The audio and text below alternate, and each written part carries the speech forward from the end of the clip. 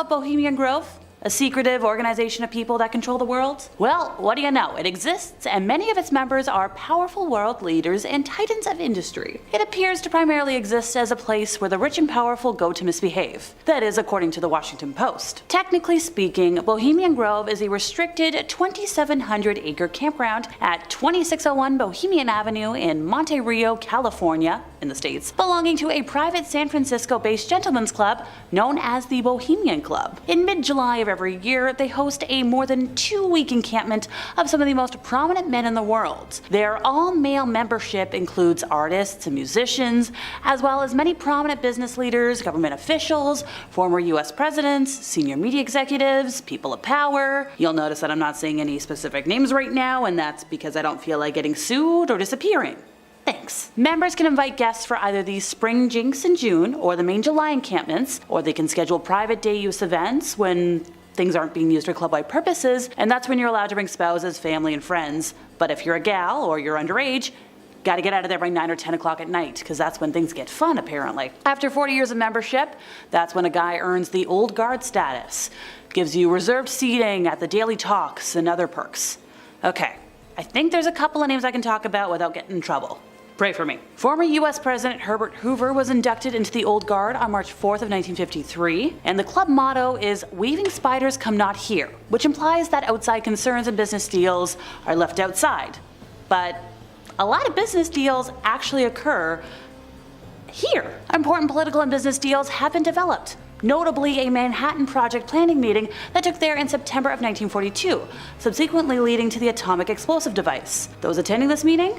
Ernest Lawrence, J. Robert Oppenheimer, the S1 executive committee heads, presidents of Harvard, Yale, Princeton, along with representatives of Standard Oil and General Electric and military officials. At the time, Oppenheimer was not an S1 member, but he hosted the meeting. Grove members take particular pride in this event, and they tell the story pretty often, so I think I was safe to talk about that. Other behavior at the campground has led to numerous claims, with President Richard Nixon's comments from May 13th of 71 calling it the most, insert F-word slur for gay here, goddamn thing you could ever imagine. I swear finding a way to say curse words without getting dinged by YouTube rules is like writing a crossword puzzle. To be a fly on the wall of any of those meetings. Sounds like a cult to me. Okay. Here's a cult I know you've seen posters for. Shen Yun. Technically, it's a show put on by a religious group that is arguably a cult called the Falun Gong. This was founded by a man named Li Hongzhi, who registered the group with the Chinese government in '92. Fun fact, in 1989, after the bad protests, the Chinese Communist Party established a registry of social organizations to try and solve things. Li has been open about his beliefs that evolution is fraudulent, that people of different races will be separated in heaven, and that homosexuality and promiscuity are unnatural. Great, I'm in trouble. He's mentioned that he believes that aliens were attempting to control humans by making us dependent on modern science. Okay. A San Francisco man named Samuel Luo has claimed his mother and stepfather refused essential medical treatment because of the teachings, saying that sickness is based in karma. Also, apparently it's God's plan to eliminate the gay population. Well, I'm still here. So, Shen Yun was kicked out of China and have some heavy anti-communist sentiments, to say the least. Essentially, they're a church that is putting all of their money into a dance show with very heavy anti-communism and anti-China sentiments. They don't hide that they're heavily critical of the government of China. In between depictions of ancient dances or stories told through dance and singing, there are skits depicting, get this, organ harvesting, kidnapping, and suppression of religious liberty by plainclothes secret police. That's a heck of a show. A memo from the Embassy of the People's Republic of China has quite the opinion on the performances. Allow me to quote, "This organization preaches heretical fallacies that are anti-humanity and anti-science, and exercises extreme mental manipulation on followers. It is a cult that seriously harms the society and violates human rights, and is a cancer in the body of the modern and civilized society." According to one attendee over the last couple of years, at one point during the show, an amazing singer came on stage for a solo performance, and then the lyrics of the songs were translated and written on a screen, and they included things like, oh boy, atheism and evolution are deadly ideas, and modern trends destroy what makes us human. That wasn't just something that was said once, it was a recurring theme. This group also concludes the show with a tidal wave crashing into mainland China as a result of their anti-religious ways, in typical end of days fashion. This company has 8 total groups that tour for 6 months each year, performing in over 130 cities in North America, Europe, Asia, Australia, and Latin America. Ergo, trying to control the world through their views. Okay, here's an out there idea. Rasputin's followers.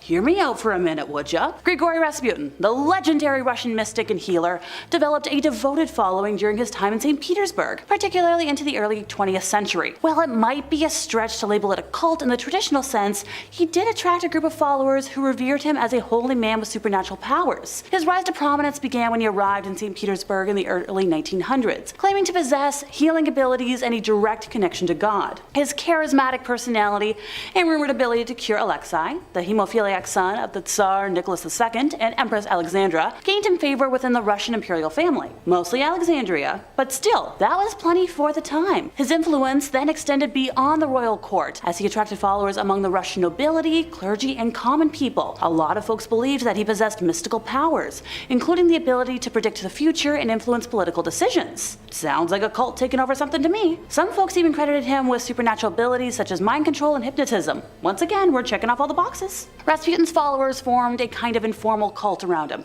gathering at his home, seeking his guidance on matters of faith, healing, and personal advice. They saw him as a holy man, capable of performing miracles and offering spiritual enlightenment. Granted, his reputation wasn't without controversy. His unorthodox behavior, including his heavy drinking, promiscuity, and rumored involvement in dark and depraved activities, led to a lot of speculation and condemning from both the Russian Orthodox Church and a lot of Russian society. The man liked to have coitus, and he liked to have it with his followers. Now, despite the criticism and opposition he faced, his hold over the imperial family remained strong for quite some time, because Empress Alexandra relied on him for advice and support. Granted, his influence ultimately became a liability for the monarchy, contributing to growing resentment and discontent amongst the Russian people. So, what happened? Well, in December of 1916, a group of nobles, alarmed by his influence and concerned about the state of the monarchy, were like, let's assassinate him. How'd they do it? Well, they poisoned him, they fired at him, and they drowned him. I don't have enough time to go into detail, but rest assured, if it takes that much to kill somebody, they're not human like you or I. While his followers might not fit the traditional definition of a cult, their unwavering devotion to him and belief in his supernatural powers played a significant role in shaping his legacy as one of the most mysterious and controversial figures in Russian history. Also, his control over the monarchy. Come on. Look, I had to say Scientology today or else everybody would be asking me about it. This is a set of beliefs and practices invented by the American author L. Ron Hubbard, who developed a set of ideas that he called Dianetics. He presented it as a form of therapy. By 1954, he founded the Church of Scientology, and current estimates put the number of Scientologists, or followers, at just under 40,000 worldwide. That's a lot of folks. Scientology beliefs include reincarnation, and that traumatic events cause problematic engrams in the mind. But hey, it can be fixed. It's a process called auditing. But you gotta pay a fee each time. Eventually, somebody's gonna be like, okay, you're good. It takes about 7 years. Then you're given the status of clear. After you're deemed clear, then you can take part in further activities called operating Thetan levels, which, you guessed it, more money. The texts are kept secret from most followers and revealed only after you've given hundreds of thousands of dollars to the organization. If you don't have ridiculous amounts of money to burn, don't worry. Go on WikiLeaks. They're there. From soon after their formation, these groups have generated considerable opposition and controversy. And that's because, well, there's been some illegalness. So, by 1967, Hubbard was like, ooh, I'm gonna form a new elite group, the Sea Organization, or Sea Org. And I'm only gonna pick the most committed members of the church to join. By 1981, we get David Miscavige, who had been one of Hubbard's closest aides. He rose to prominence, so when Hubbard passed away, Miscavige was like, I'm in charge now. And he's still in charge to this day. Look, that's 1986 to 2024.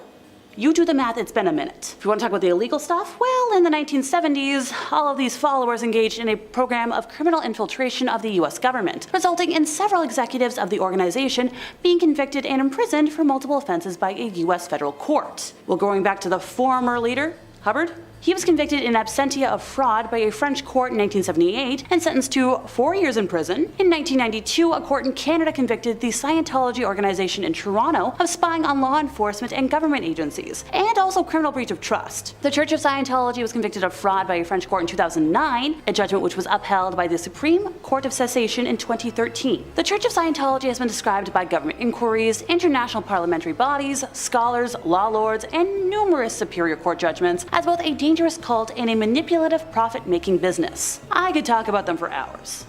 We could be here all day.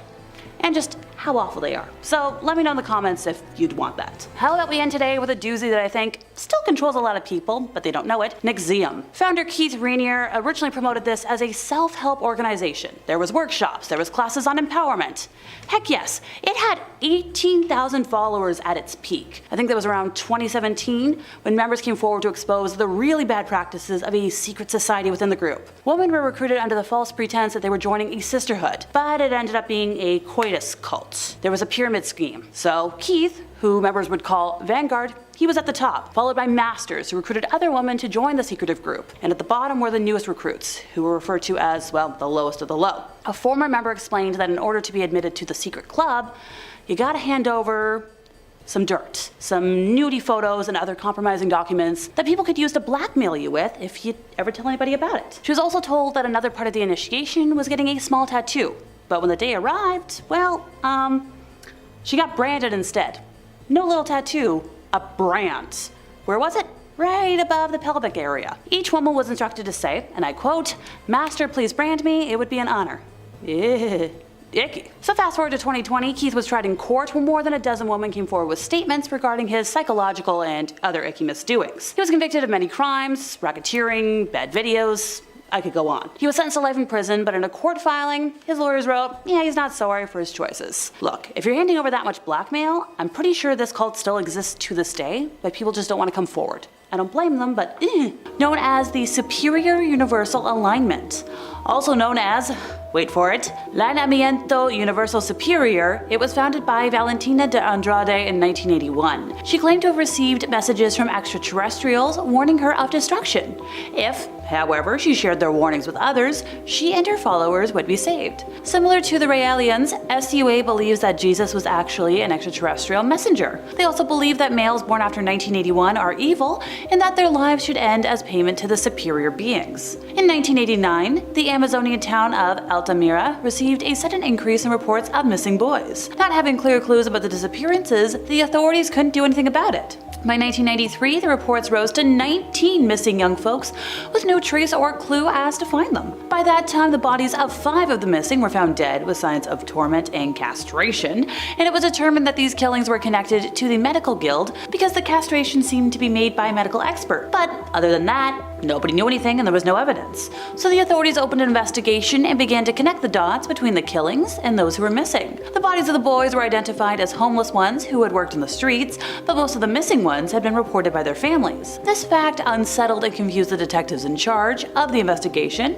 and they were like, okay, both cases can't be related, because who's so depraved? Well, all their efforts weren't really doing much until one day. One boy came to them and was like, hey, I escaped from my captors, let me tell you everything. The brutality described seemed as if it was ripped from the pages of a horror novel. Some of the atrocities that he suffered that I can say included the castration, obviously, and mutilation, everything else I can't say. He also explained that other victims were impaled to death and their organs were extracted and sold to the black market. Some unofficial versions state that the captors even ate the organs, but there's no official confirmation on that front. Brazilian society was shocked when the victim identified those in charge, since a lot of the folks identified were respected members of society. We're talking 2 doctors, a wealthy businessman, a police officer, and Valentina de Andrade. The leader of the group managed to escape from justice when she presented a very convincing alibi, stating that she wasn't in town when the killings took place. She was exonerated, and now she's happily guiding her increasing flock of followers who simply ignore these crimes. Great. Good leader. Moving on to the Nuwaubian Nation, which was a black supremacist cult, but instead of enacting a race war, its leader, Dwight York, mostly used it to amass a stable of young body selling service type SLAVES. So York began founding several black Muslim groups back in New York in 1967 and changed his teachings and names of his groups many times, incorporating concepts from Judaism, Christianity, UFO religions, New Age, and many esoteric beliefs.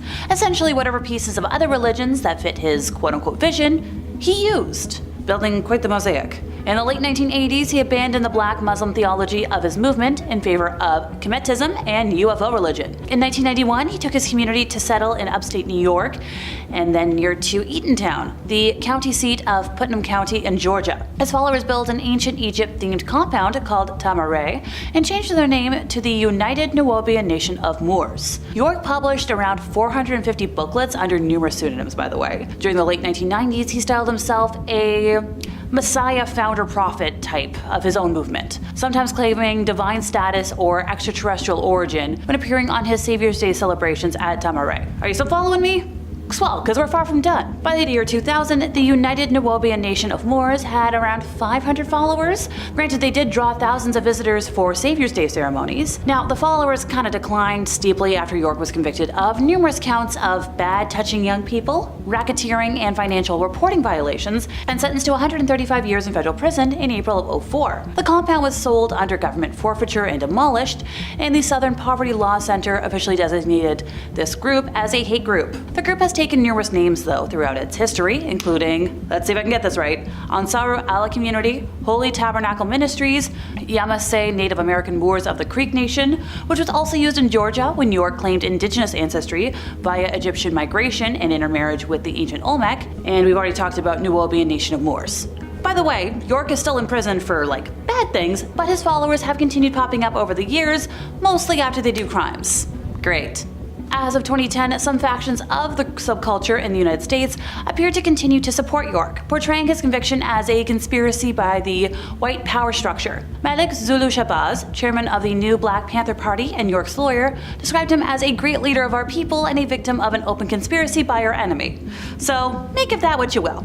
Next up, we have Providence, which is officially known as Christian Gospel Mission, CGM, Jesus Morning Star, or JMS. Geez, a lot of these things have a lot of names. It's a Christian new religious movement founded by Jung Myung-suk in 1980 and headquartered in Wolmyong-dong, South Korea. I swear I looked up how to pronounce it, folks. It's been widely referenced by international media as a cult, and you're about to find out why. So in the 1970s, this leader was a member of the Unification Church, or UC, which he based his teaching on. When he founded his own group in the 80s, it criticized Christian teachings and beliefs and maintained that their leader was the second coming of Jesus Christ, and was later expelled from the Methodists. The name was changed to the International Christian Association in the mid-1980s, and a rift occurred in the group in 1986 when the vice president of Providence attempted to act on the scandal surrounding the group. But he was shut out of the organizational system, and Jung consolidated all the power around himself. In October of 1999 was when the organization officially became Christian Gospel Mission. So what were the lessons of this cult? Alrighty, everybody, buckle in. One lesson implies that those who do not meet the leader will not go to heaven. Another is that anybody who's going to betray the leader, you're committing a grave crime. During the instruction of the advanced level of the 30 lessons, it is taught that your leader is the Messiah, proven through the numerological interpretation of prophecy dates and times in the book of Daniel. Providence preaches the advent of the complete Testament era, and allegorizes the relationship between God and man to that between the groom and bride, or two lovers. It also teaches that the original sin was caused by Eve's intercourse with the fallen angel, who turned into Satan. And Providence teaches that this can be redeemed by having intercourse with your leader. Oh yeah, forgot that little thing. The leader of all this was found to have forced female followers to have coitus with them as a religious behavior meant to save their souls in the Korean court of law. Former members have stated or testified that young and attractive women were presented to their leader as gifts, with whom he coercively engaged in icky acts, which was explained to them as a purification rite. So in April of 2009, our crazy leader was convicted of harming someone in the R-word way by the Supreme Court of Korea and sentenced to only 10 years of imprisonment. He was released in February of 2018, and following his release from prison, the Korea Post reported that the Providence faith movement had reached more than 70 countries. Before I get sick, we're moving on to the Nation of Yahweh. In 1978, Hulan Mitchell Jr. left the Nation of Islam because it just wasn't extreme enough for him. He rechristened himself Yahweh ben Yahweh and founded the Nation of Yahweh. Try saying that 5 times fast. The group is classified as another black supremacist cult by the Southern Poverty Law Center and as an official cult by the Miami Herald. Swell. The SPLC has criticized the beliefs of the Nation of Yahweh as racist, stating that the group believes that black people are the true race and that whites hold wicked powers. They've apparently calmed down a bit in recent years, but the belief still seems to hold. The SPLC also claims that the group believes that Yahweh ben Yahweh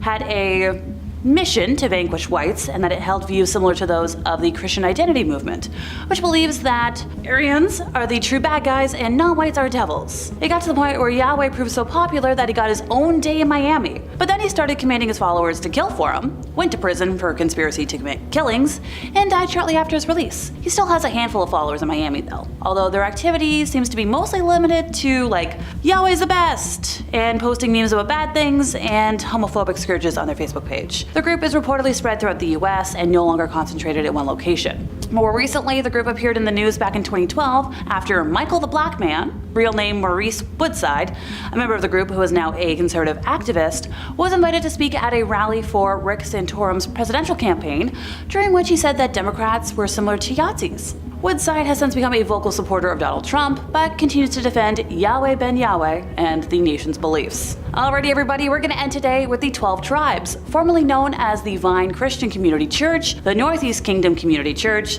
the Messianic Communities, and the Community Apostolic Order. They're a new religious movement founded by Gene Spriggs that sprang out of the Jesus movement in 1972 in Chattanooga, Tennessee. The group calls itself an attempt to recreate the first century church as it is described in the Book of Acts. The group's origins in Chattanooga led to planted churches in surrounded areas, and in the late 70s, the group began a community in Island Pond, Vermont. As the relationship with the Chattanooga community deteriorated, the group eventually left Tennessee, and Vermont became the main area. So the 12 tribes' beliefs resemble those of Christian fundamentalism, the Hebrew Roots movement, Messianic Judaism, and the Sacred Name movement. However, the group believes that all other denominations are fallen, and it therefore refuses to align itself with any denomination or movement. The group has very strict courtship rules, and their views on raising young humans have been a source of controversy. The group supports itself through the operation of several businesses, most of which revolve around agriculture, as well as cafes, restaurants, all using unpaid and often young labor. Oh yeah, young people have been noted to play a central role in the group's beliefs,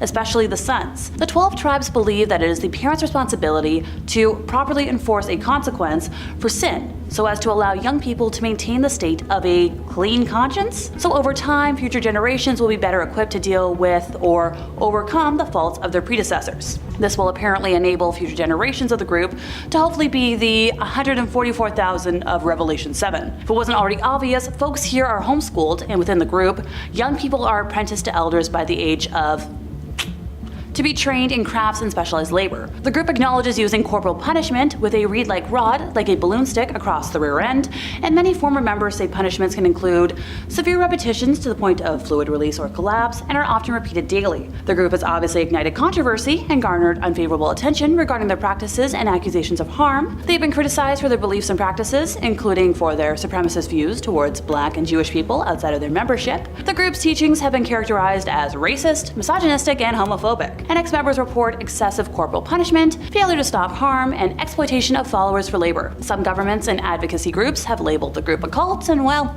I can see why. Heaven's Gate. This infamous UFO cult believed that the Earth was about to be wiped clean, and the only way to survive was to leave it. In late March 1997, as Hale-Bopp reached its closest distance to Earth in a haunting act of collective departure from the material world, Applewhite and his 38 devout followers consumed a deadly cocktail of phenobarbital and vodka. Their intention was to shed their earthly bodies, board an alien spacecraft, and journey through Heaven's Gate to achieve a perceived superior form of existence. The group was established in 1974 by Bonnie Nettles and Marshall Applewhite, who were referred to as T and Doe within the movement. The pair first encountered each other in 1972 and embarked on a spiritual journey claiming to be the two witnesses mentioned in Revelation. By the mid-1970s, they had amassed several hundred followers. By 1976, the movement, comprising a core group of a few dozen members, adopted a monastic lifestyle and ceased recruitment. This is dark, but now I'm curious. Have you stumbled upon a story about a UFO cult that sent chills down your spine and left your palms sweating? Share your eeriest encounter in the comments. Heaven's Gate's theology is perceived as a fusion of Christian millenarianism, a New Age philosophy, and ufology, leading to its recognition as a UFO religion. The group held a firm belief that members could morph into immortal extraterrestrial beings by renouncing their human nature, and that they would ascend to a higher existence termed as the next level or the evolutionary level above human. After Nettles succumbed to cancer in 1985, the group reinterpreted their belief in ascension. Initially, they thought they would ascend to heaven alive via a UFO, but later they began to view the body as merely a vessel for the soul and believed their consciousness would transition to next level bodies upon passing. On March 26, 1997, the San Diego County Sheriff's Department found the bodies of the 39 active members of the group, including Applewhite, in a house in the San Diego suburb of Rancho Santa Fe. Just prior to the mass departure, the group's website was updated with a message indicating that the comet marked the end of Heaven's Gate's journey on Earth and they were ready to leave with T's crew. However, the name Heaven's Gate was only used in the final years of the group's existence. Previously, they were known as Human Individual Metamorphosis and Total Overcomers Anonymous. Despite the horrific tragedy that occurred with the Heaven's Gate cult, it continues to intrigue and fascinate many people even years later. The beliefs and actions of this group offer a glimpse into the complexities of human behavior and our search for meaning and purpose in life. One of the most striking aspects of the Heaven's Gate cult is their unwavering faith in their leader Marshall Applewhite. He was able to convince his followers that their wiping out from existence was the only way to reach a higher level of existence and achieve salvation. This blind faith serves as a cautionary tale about the dangers of giving total control over one's life to another person. The constant bombardment of doomsday predictions and conspiracy theories in mainstream media has made people more susceptible to believing in extreme ideas. The fear of the unknown and the desire for answers often lead individuals to seek solace in these groups, providing them with a sense of belonging and purpose. However, the danger lies in the potential for manipulation and exploitation by leaders of those groups. The blind loyalty and willingness to believe can be used to control and manipulate followers for personal gain. This is why it's crucial to approach such groups with caution and critical thinking. Next on our list, the Aetherius Society. Founded in 1954 by George King, this group believes in advanced extraterrestrial intelligences operating on spiritual principles who govern the earth. They consider themselves as cooperators with these cosmic beings to bring about positive change. The unique spiritual group, founded by a man who claimed to communicate with the extraterrestrial beings whom he called the Cosmic Masters. Followers of this faith believe that by aligning with these Cosmic Masters, they can help humanity overcome earthly challenges and ascend to a new age. Their belief system is a complex mix of theosophy, New Age notions, millenarian beliefs, and elements of UFO mythology. This society highly values selflessness, community service, respect for nature, spiritual healing, and fitness. Their gatherings resemble traditional church services. Although the Aetherius Society is generally non-controversial, some have questioned its esoteric and millenarian aspects. Despite its followers spanning the globe, the society remains quite small, with membership mainly concentrated in the UK, Southern California, the US, and New Zealand. Their theology, deeply influenced by theosophy, fuses narratives of UFOs, yoga, and elements from different world religions, especially Hinduism, Buddhism, and Christianity. They reject religious exclusivity, maintaining that no one religion, nation, or race holds a monopoly on divine favor. The ultimate goal of this religion is to prevent global destruction by promoting harmony between humans and extraterrestrial masters, and by harnessing spiritual energy to raise the planet's spiritual level. They believe that prayer, often associated by spiritual energy batteries, designed to hold healing psychic energy, can prevent or mitigate various disasters. The society's founder claimed to have telepathic conversations with Aetherius, placing him in the esteemed company of other Venus-sourced cosmic masters like Buddha and Jesus. Next up on our list is Christ Brotherhood. This group's intense devotion to otherworldly powers and alleged plans to summon extraterrestrial beings have made them a group of interest to the government. The unique UFO religion born out of Orange, California, it all started back in 1956 when a man named Wallace C. Halsey received otherworldly messages in his dreams. These prophetic warnings from alien beings detailed the looming end of the world, but with a silver lining. Chosen few of humanity would be saved. Halsey established Christ Brotherhood, Inc. as a non-profit religious educational organization, its mission enlightening mankind. Remarkably, it attracted members from a staggering 52 different religious denominations. In a compelling turn of events, Halsey led his followers to Cache Valley, Utah, In 1961, here they started building a unique compound replete with underground weapon shelters in the mountains near Smithfield City. Why this location, you ask? Well, Joseph Smith, the founding prophet of the Church of Jesus Christ of Latter-day Saints, had identified the Rocky Mountains as a sanctuary.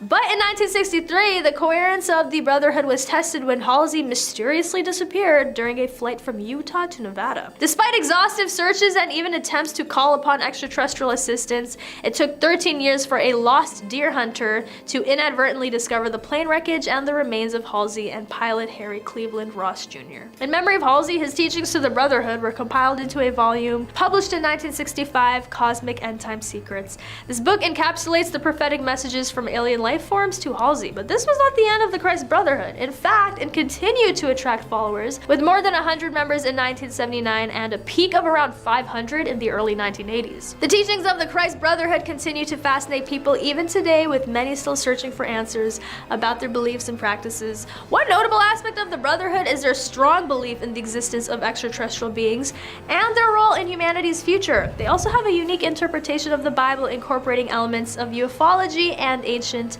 astronaut theories. On to the next, the Raelian movement. Often termed as the most significant UFO cult, boasts a global following of around 80,000 enthusiasts, a tale that spins around the message, a belief that all life forms, all races and species, are the brainchild of the extraterrestrial assistants named the Elohim. These entities, they claim, used DNA to breathe life into the previously barren Earth. They advocate for world peace, sharing democracy, and nonviolence. Particularly in focus today is the French sector of the movement, Mouvement Raélien Français, or the MRF, which has faced its fair share of backlash and criticism. In fact, within France, it's frequently labeled as a harmful cult. But here's where the story gets interesting. Despite the criticism and the anti-cult sentiment, the movement has managed to survive and even thrive since its inception in the early 70s. Their leader, the self-proclaimed Messiah Raël, was ousted from France in 2002 and hasn't returned since. The tale of Raël's exile, the French Raelians' resilience in the face of anti-cult biases, and the recent strategy to dissolve their formal organization for a more clandestine operation provide a captivating peek into the influence of the anti-cult movement on targeted groups within France. It's evident that the Raelian movement has faced its fair share of challenges, but their unwavering belief in the message and their desire to spread it globally is a testament to their resilience. Whether you believe in extraterrestrial origins or not, you can't deny the influence this movement has on popular culture and the ongoing conversation about the existence of alien life. And lastly, let's peek into the mysterious world of Scientology and its extraordinary cosmic narrative. We introduce you to Xenu, also called Xenu, a figure of great importance in Scientology's secret advanced technology, a revered and esoteric doctrine. As per this doctrine, Xenu is depicted as an alien overlord of the Galactic Confederacy 75 million years ago. He transported billions of his subjects to Earth, then known as Tigyak, using DC-8-like spacecraft, lined them up around volcanoes, and annihilated them with hydrogen bombs. Scientology scriptures profess that the immortal spirits of these aliens, known as Thetans, latch onto humans, inflicting spiritual damage. This revered event within Scientology, known as Incident 2, and its associated traumatic memories are referred to as the Wall of Fire or R6 implant, and this cosmic tale is part of a broader narrative on extraterrestrial civilizations and alien interference in earthly affairs, referred to as space opera by Scientology's founder, L. Ron Hubbard. The church has strenuously evaded public references to Xenu and has made considerable efforts to keep the story confidential, including legal action citing copyright and trade secrecy. Despite these measures, details about Xenu have leaked to the public domain via court documents and internet-distributed copies of Hubbard's notes. Scholars have examined and analyzed Hubbard's writings and their role within Scientology, their connection to science fiction, UFO religions, Gnosticism, and creation myths. The Xenu story has gained significant attention and scrutiny from mainstream media outlets and critics of Scientology in recent years. The church's reluctance to openly discuss or acknowledge this part of their doctrine has led many to question its validity and raise concerns about the organization's practices. Some may have even gone as far as labeling Scientology as a cult due to its secretive nature and controversial beliefs. The cult of Dionysus. The cult of Dionysus has sparked dark speculations and controversies over many years. It's a highly secretive organization, and knowing what exactly occurs within the privacy of members is unknown. Just to list a few of the many theories, here are some of the dark speculations and controversies surrounding the cult of Dionysus. Quote, excess and madness. The cult's celebration of intoxication and ecstasy led to accusations of excess and madness. Critics argued that the excessive consumption of wine and the frenzied behavior of cult participants could lead to a breakdown of societal order and morality, moral and social disruption. Many in the ancient world viewed the Bacchanalian and Dionysian festivals as a threat to established social norms. The rejection of traditional roles and the temporary suspension of societal rules during these festivals raised concerns about moral and social disruption. Bodily liberation. Some Dionysian rituals were associated with liberation and promiscuity. Some believed that these practices would lead to licentious behavior and the erosion of traditional family structures. Foreign influence. The cult of Dionysus was often associated with foreign influence and was viewed with suspicion by those who feared the introduction of foreign beliefs and practices into their culture. Accusations of political subversion. In some instances, the cult was seen as a potential threat to political stability. Rulers and authorities worried that the Dionysian festivals could be used as a cover for political subversion or rebellion. Mystery and secrecy. The secret and exclusive nature of some Dionysian rites gave rise to speculations and conspiracy theories. The mystery religion aspect of the cult fueled rumors and concerns about what might be happening behind closed doors. Tragedies and harm. The association of Dionysus with tragedy in Greek drama led to the belief that participation in Dionysian rituals could result in real-life tragedies and harm. End quote. Though the speculations likely do hold some truth, being able to definitively answer whether any or all of these theories are true is impossible. Records of the cult's activity were often exaggerated through misunderstandings or misinterpretations of the cult's practices. But it is thought that many of the rituals have been spotted throughout history, hinting that the cult may not be as inactive as many think. Number 4. The Blackburn cult. May Otis Blackburn's cult, which is referred to with many names, including the Order of the Doves and, of course, the Blackburn cult, was a controversial religious movement that emerged in Los Angeles, California. The cult's beliefs and practices were described as a combination of mysticism, apocalyptic prophecies, and unorthodox spiritual teachings. The cult was unofficially founded in the early 1920s, centering its teachings on the notion that May Otis Blackburn, their leader and founder, was a chosen prophet, selected by divine forces to guide followers through the impending end of the world. May claimed to receive direct revelations and instructions from angels and other spiritual entities. She warned her followers to prepare for the looming apocalypse,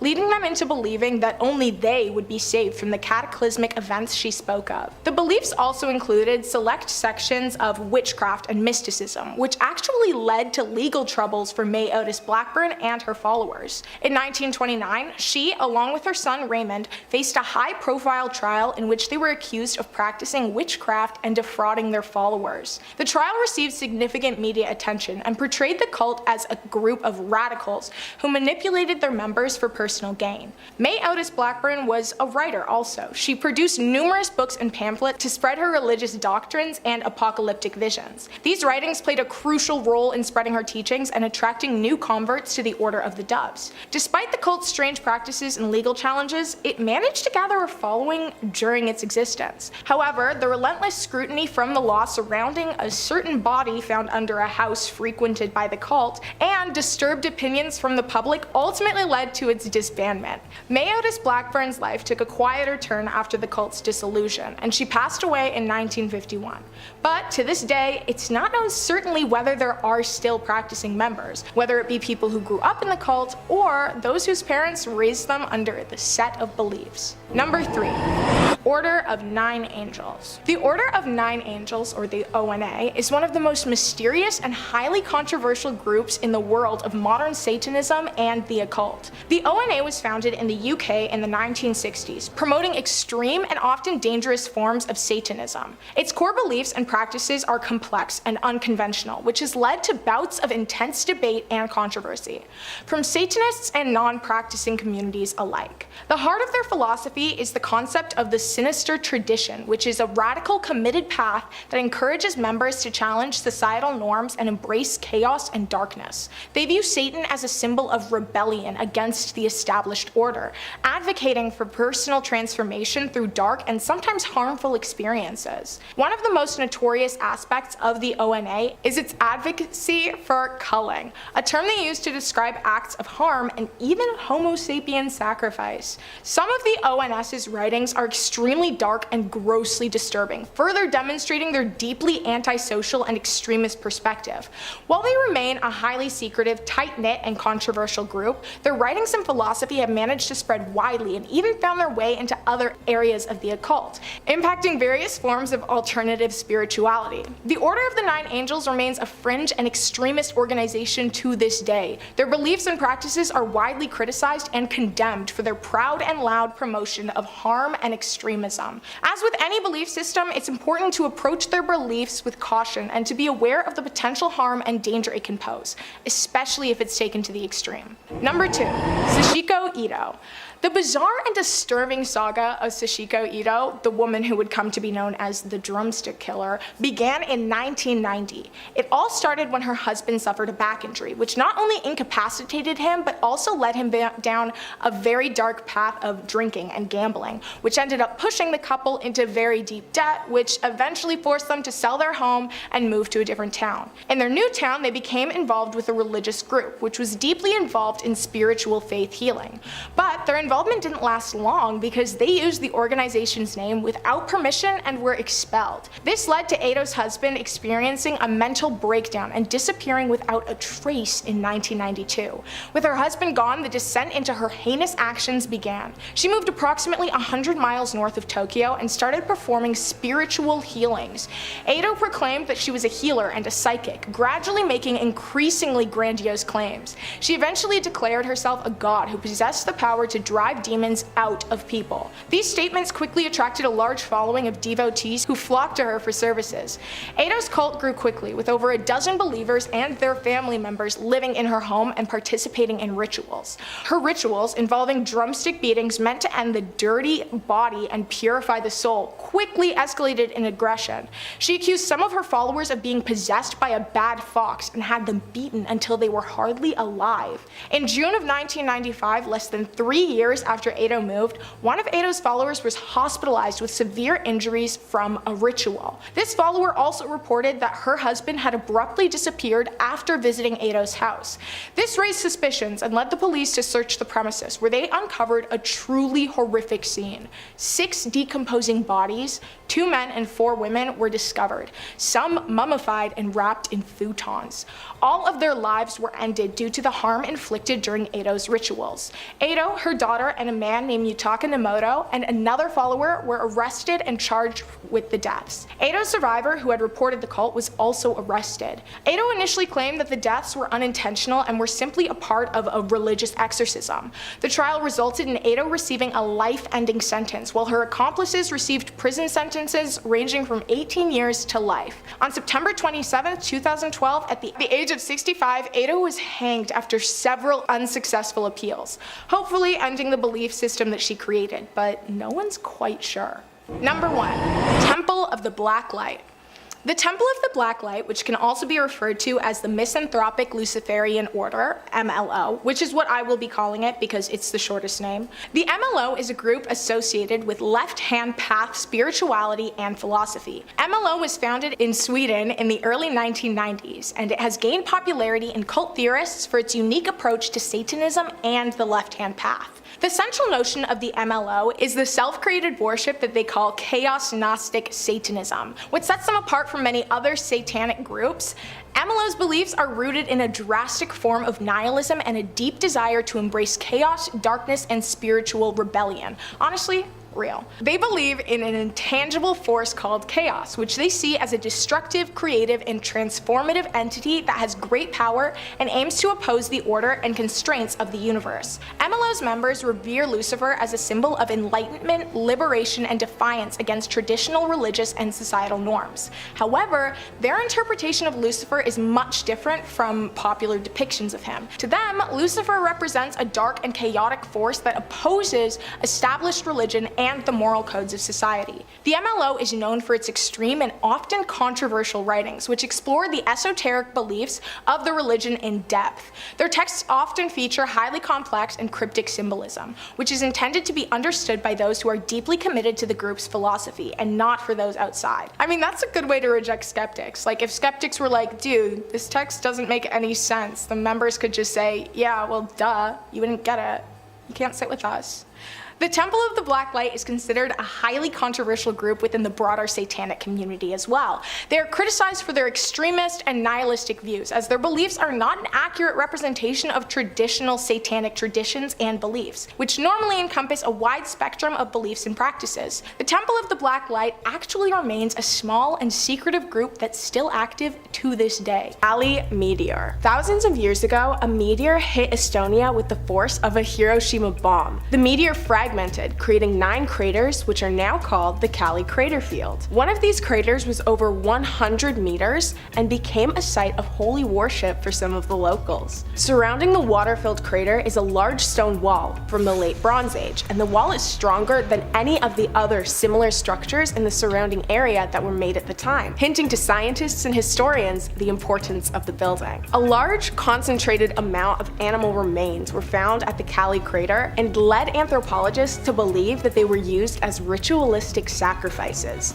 The thing is, the bones were found thousands of years after the wall was built, meaning the crater was a consistent site of worship for thousands of years. There are several legends surrounding the lake, especially in Finnish mythology. Here's a quick synopsis. Quote, Louis, the evil wizard, steals the sun and fire from people, causing total darkness. Ukko, the god of the sky, orders a new sun to be made from a spark. The virgin of the air starts to make a new sun, but the spark drops from the sky and hits the ground. The spark goes to an Aluan, or Kaleven lake, and causes its water to rise. Finnish heroes see the ball of fire falling somewhere behind the Neva River. The heroes head in that direction to seek fire, and they finally gather flames from a forest fire. End quote. The legend mentions a spark of sun, referring to the meteor, which when landed caused a huge impact and a forest fire. I mean, it's like dropping an actual bomb. The impact was insane. The crater has no noted reports of being an active worship site as of today, but such a widespread belief must have been passed down. I highly doubt the beliefs would have just ended there. Number 4. The Pythagoreans. Pythagoreanism originated in 600 BC, based on the beliefs and teachings that Pythagoras and his followers held. Pythagoras established the first Pythagorean community in the ancient Greek colony of Croton. The beliefs spread quickly throughout the land, and the death of Pythagoras created even more popularity as people created their own traditions within the belief system. The beliefs influenced Plato, and through him, they influenced Western philosophy. Most of the surviving information on Pythagoras came from Aristotle and the philosophers of the Peripatetic school. The beliefs spread widely, and some say that they have survived as part of the Bacchic cults and Orphism. The beliefs included science and religion. Pythagoras was very well known in ancient times for his mathematical achievement, the Pythagorean theorem. I wish he wasn't as well known, because I hated that class. He was also noted for his discovery that music had mathematic foundations. He's been credited as the philosopher who first discovered music intervals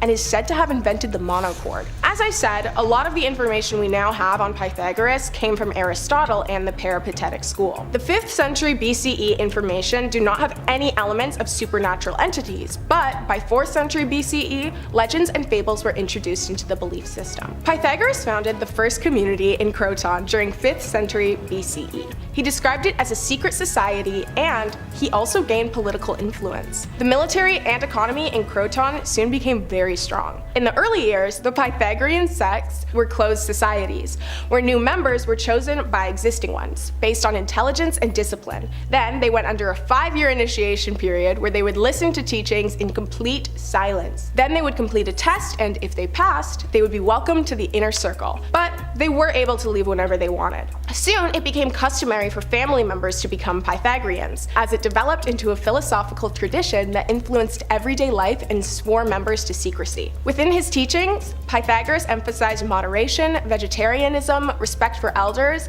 and the state, and believed in a monogamous family structure. Boring! They believed the soul of humans was buried in the body, and the highest reward a human could attain was the soul joining the gods, meaning that they escaped reincarnation. They believed the soul was buried in the body as punishment, but that the soul could be purified, so they did a lot of soul cleansing rituals. The list of beliefs honestly go on and on. They include things like harmony, music, geometry, arithmetic, numbers, and cosmology. The disputes regarding Pythagoras' teachings began shortly after his death, which was caused by an arson attack. The disagreements led to two separate Pythagorean traditions, acousmatikoi and mathematikoi. The mathematikoi recognized the religious undertones of Pythagoreanism and studied it as part of their practice, but they focused more on the science and research part of Pythagoreanism. Their scientific pursuits were largely mathematical, but they did also conduct research in fields that Pythagoras had in his lifetime. The acousmatikoi believed humans had to act in inappropriate ways. They refused to recognize the advancements that the mathematikoi were making in mathematical and scientific research, which were, as I said,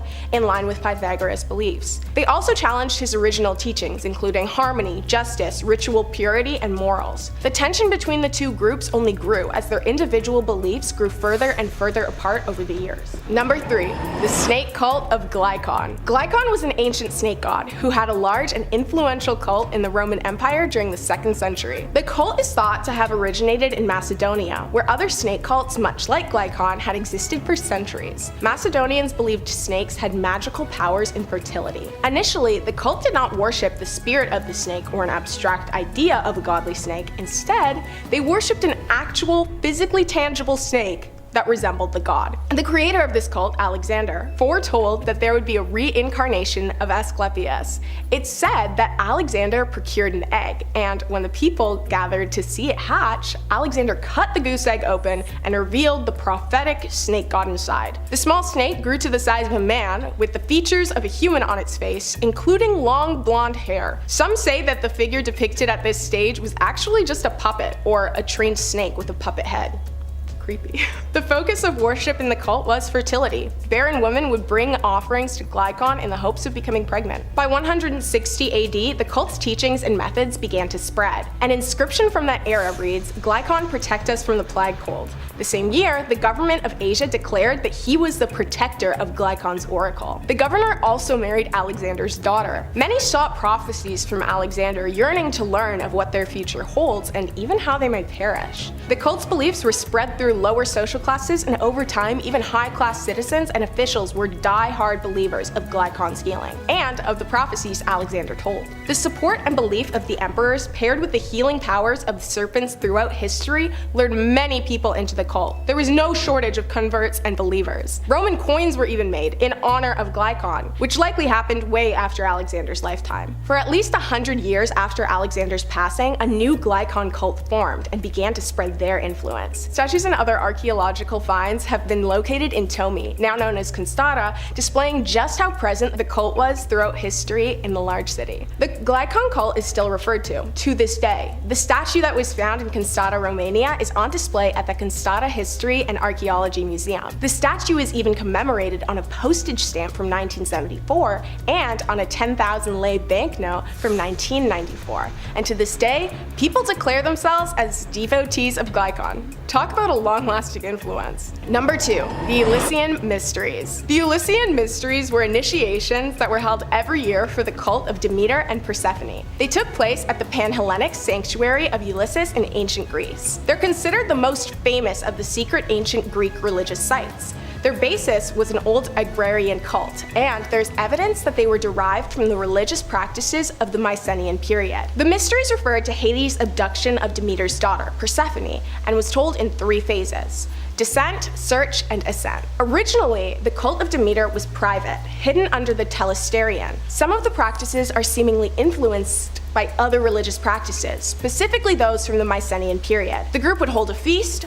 At the beginning, priests would fill 2 special vessels and then pour them out, one to the east and one to the west. Then, the people would look upwards and downwards while chanting, "Reign and conceive." Then, a child was initiated into the group from the divine fire. Honestly, I tried to decode this part for a while, but I had very little success, I'm sorry. The climax of the celebration represented the force of the new life. When the mysteries started, immortality was not a part of the beliefs, but as time went on, they believed that it would grant them a better fate in the underworld. Eventually, the mysteries were spread wide, and people from all over flocked to participate. Eventually, the mysteries were controlled by 2 families, which led to a huge number of initiates. The only requirements were that you had never directly caused someone's death and that you were able to speak Greek.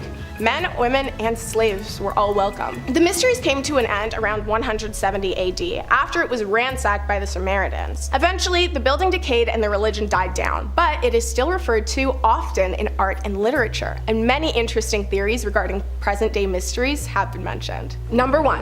The cult of sacrifice. The cult of sacrifice is a pretty interesting one, and it actually differs a lot from the others because the cult did not worship any specific entity or object of power. The cult of sacrifice originated thousands of years ago, but its presence was not constant. It mainly occurred during great times of stress when its beliefs and practices would be most useful. Records of the cult are poorly recalled and only exist in written form, so the origin's location is unknown, but it is speculated that it began in the eastern hemisphere of Rathnir because most written evidence was found there. As I mentioned earlier, the cult did not have an object or entity that they worshipped. Instead, they believed in sacrificing elements of their own life for the good of others. The cult was based on the idea of charity and self-sacrifice for the benefit of others, in particular, those who need it most. The cult took these ideals to an absolute extreme though. They would starve and fast, not because it was a religious practice, but because they'd given all of their food to others who were perceived as having less. They were minimalists, not because they wanted to be, but because they would give all of their money and material possessions away to those who were perceived as having less. Essentially, they would damage themselves to the point of illness and death just in the name of sacrifice and in the hope of helping. This was most likely the reason that the cult had such sporadic activity throughout centuries, because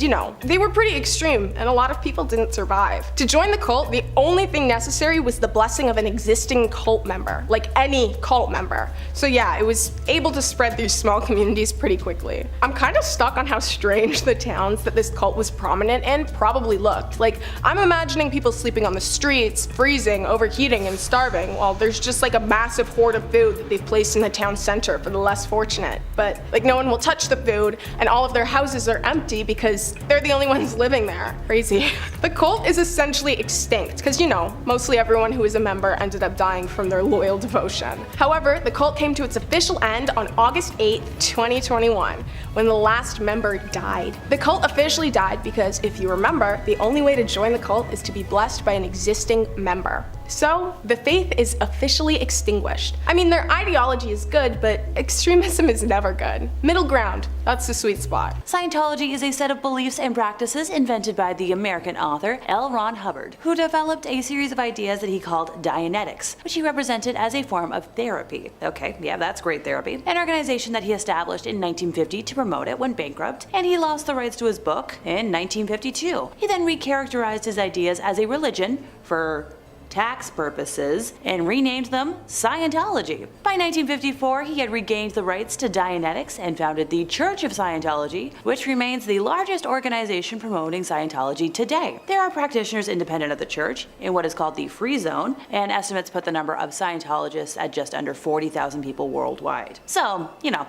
a lot of people at all, just a small town. Scientology beliefs include reincarnation and that traumatic events cause problematic engrams in the mind. They claim that an activity called auditing can remove the bad engrams. A fee is charged though for each session of auditing. Once an auditor deems an individual free of engrams, typically after several years, they are given the status of clear. After being deemed clear, adherents can take part in further activities called operating thetan levels, which require further payments. The operating thetan texts are kept secret for most followers and are revealed only after adherents have typically given hundreds of thousands of dollars to the Scientology organization. If you don't have ridiculous amounts of money to burn, don't worry, they're freely available online on sites such as WikiLeaks. And if you don't want to waste your time, These texts say past lives took place in extraterrestrial cultures. Look, I don't agree with Scientology, but I do agree with aliens visiting Earth. But these involve an alien called Xenu, described as a planetary ruler that existed 70 million years ago who brought billions of aliens to Earth and killed them with thermonuclear weapons. Yeah, I totally believe that. Despite being kept secret from most followers, this forms the essential mythological framework of Scientology's crazy logic?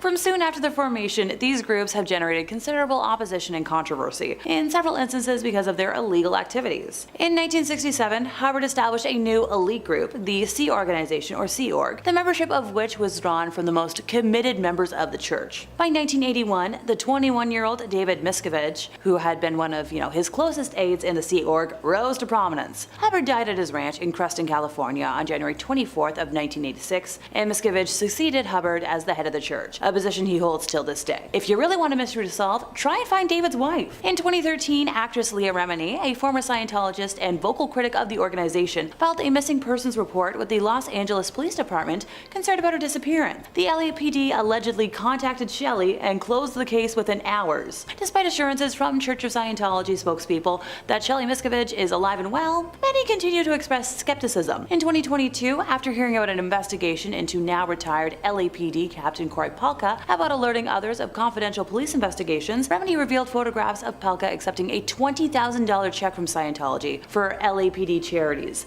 in one of a Scientology information kiosk located in the LAPD Hollywood division. While speaking with Palka in his office, Remini noticed a letter of thanks to him from Scientology with an invitation to lunch at their celebrity center. So, bribery. As of 2023, Shelley Miscavige's whereabouts remain unknown, and who knows if we'll ever know. In the 1970s, Hubbard's followers engaged in a program of criminal infiltration of the US government, resulting in several executives of the organization being convicted and imprisoned for multiple offenses by a US federal court. Now, Hubbard himself was convicted in absentia of fraud by a French court in 1978 and sentenced to 4 years in prison. And in 1992, a court here in Canada convicted the Scientology organization in Toronto of spying on law enforcement and government agencies and criminal breach of trust, later upheld by the Ontario Court of Appeal. The Church of Scientology was convicted of fraud by a French court in 2009, a judgment upheld by the Supreme Court of Cassation in 2013. The Church of Scientology has been described by government inquiries, international parliamentary bodies, scholars, law lords, and numerous superior court judgments as both a dangerous cult and a manipulative profit-making business. I could talk about them for hours and just how awful they are, so let me know in the comments if that's, something y'all would be interested in. Number 4, Family International.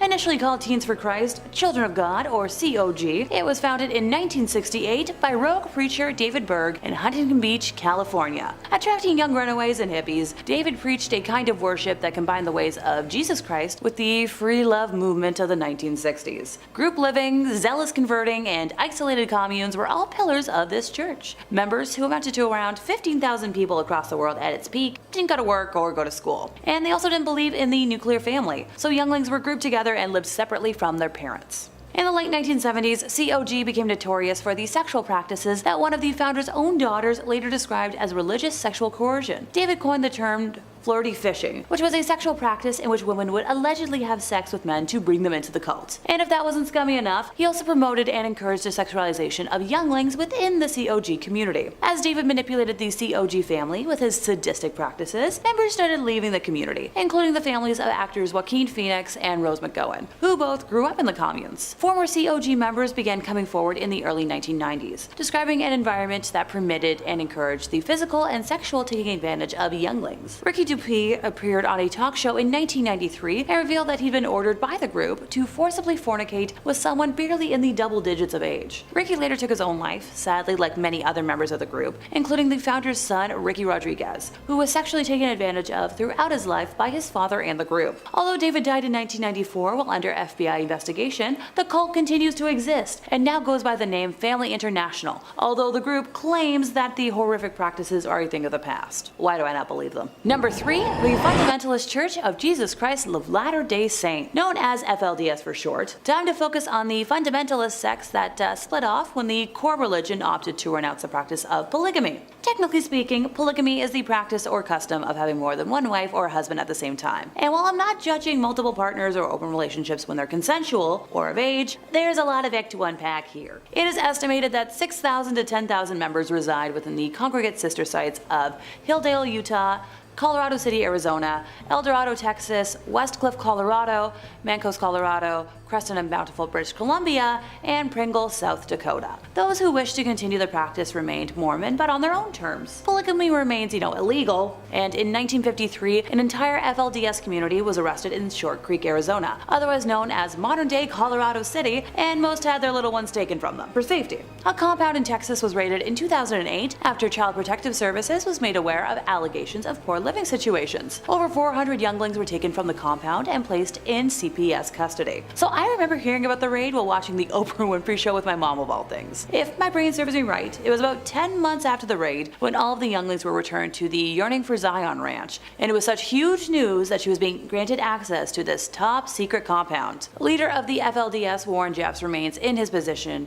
despite being in prison for life after acts against minors. Number 2, Aum Shinrikyo. Founded by Shoko Asahara in 1984, Aum Shinrikyo is a Japanese new religious movement and doomsday cult who first made headlines in the late 80s amid accusations that Asahara was forcing members to donate money to the group and holding them against their will. Pardon me, I'll backtrack for a moment. Although Aum was, from the beginning considered controversial in Japan, it was not initially associated with serious crimes. Aum's public relations activities included publishing comics and animated cartoons that attempted to tie its religious ideas to popular anime and manga themes, including space missions, powerful weapons, world conspiracies, and the quest for ultimate truth. Like many cult leaders, Asahara believed in an imminent doomsday. This time it was caused by a world war started by the United States. And of course, according to him, only his followers would survive.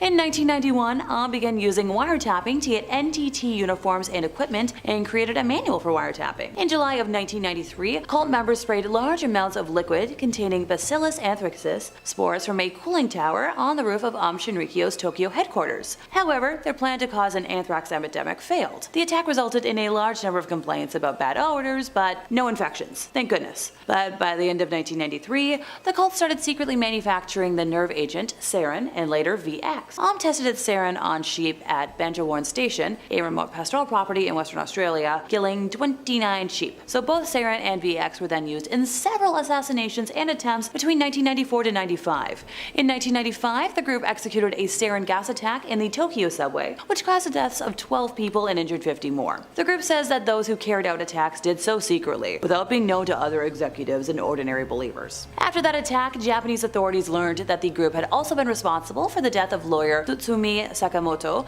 who was working on a class action lawsuit against Aum Shinrikyo at the time of his death. Almost forgot, the group also killed his wife and descendant. Yes, independent people. On July 6 of 2018, after exhausting all appeals, Asahara and 6 followers on death row were executed as punishment for the 1995 attacks and other crimes. So I'm glad that unlike, some of the other folks I've discussed today, some justice was actually served in this situation. 6 additional followers were executed on the 26th of the same month, and at 12:10 a.m. on New Year's Day of 2019, at least 9 people were injured when a car was deliberately driven into crowds celebrating the New Year on Takashita Street in Tokyo. Local police reported the arrest of Kazuhiro Kusakabe, the suspected driver, who allegedly admitted to intentionally ramming his vehicle into crowds to protest his opposition to the death penalty, specifically in retaliation for the execution of the before-mentioned Aum cult members. Number 1. Good News International Church. The Good News International Ministries, GNIM for short, or Good News International Church, was founded by Paul Mackenzie and his first wife in 2003. So this group attracted international attention in April of this year when it was revealed that Mackenzie had allegedly instructed members to starve themselves to meet Jesus before the end of the world, which has resulted in the deaths of over 400 people. And when you consider more than 600 people have been reported missing,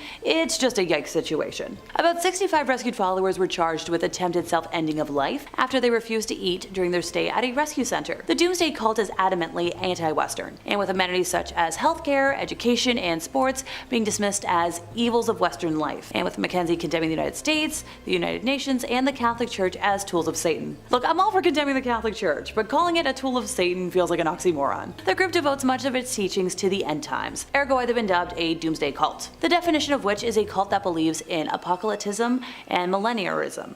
including both these, that predict disasters and those that attempt to destroy the entire universe. Mackenzie founded the GNIM in 2003 and accumulated a sizable following, largely due to convincing his followers that he could speak directly with God. Beginning in the late 2010s, Mackenzie's church began to receive a renewed wave of scrutiny regarding the internal practices of the organization, particularly in 2017 when Mackenzie and his wife faced several charges relating to the church. He was chastised for inciting students to abandon their education after denouncing it as ungodly, as well as radicalizing and denying medical care to them afterwards. Several students died as a result, and in 2017, 93 students were rescued by government authorities from the group. After another arrest in 2019, he departed Malindi and headed to the Shakahola forest, where the mass starvation occurred earlier this year. Now, Mackenzie did not join his followers in the mass starvation. In fact, a dietary menu was found on the wall in one of the special houses in the forest, believed to be his resting room. He's currently under police custody as the process of exhuming the bodies continues. Police authorities claim that some bodies were missing organs and believed they were being harvested and sold. Nxivm. I thought I'd kick off today with the most recent cult on our list. Nxivm was started in 1998,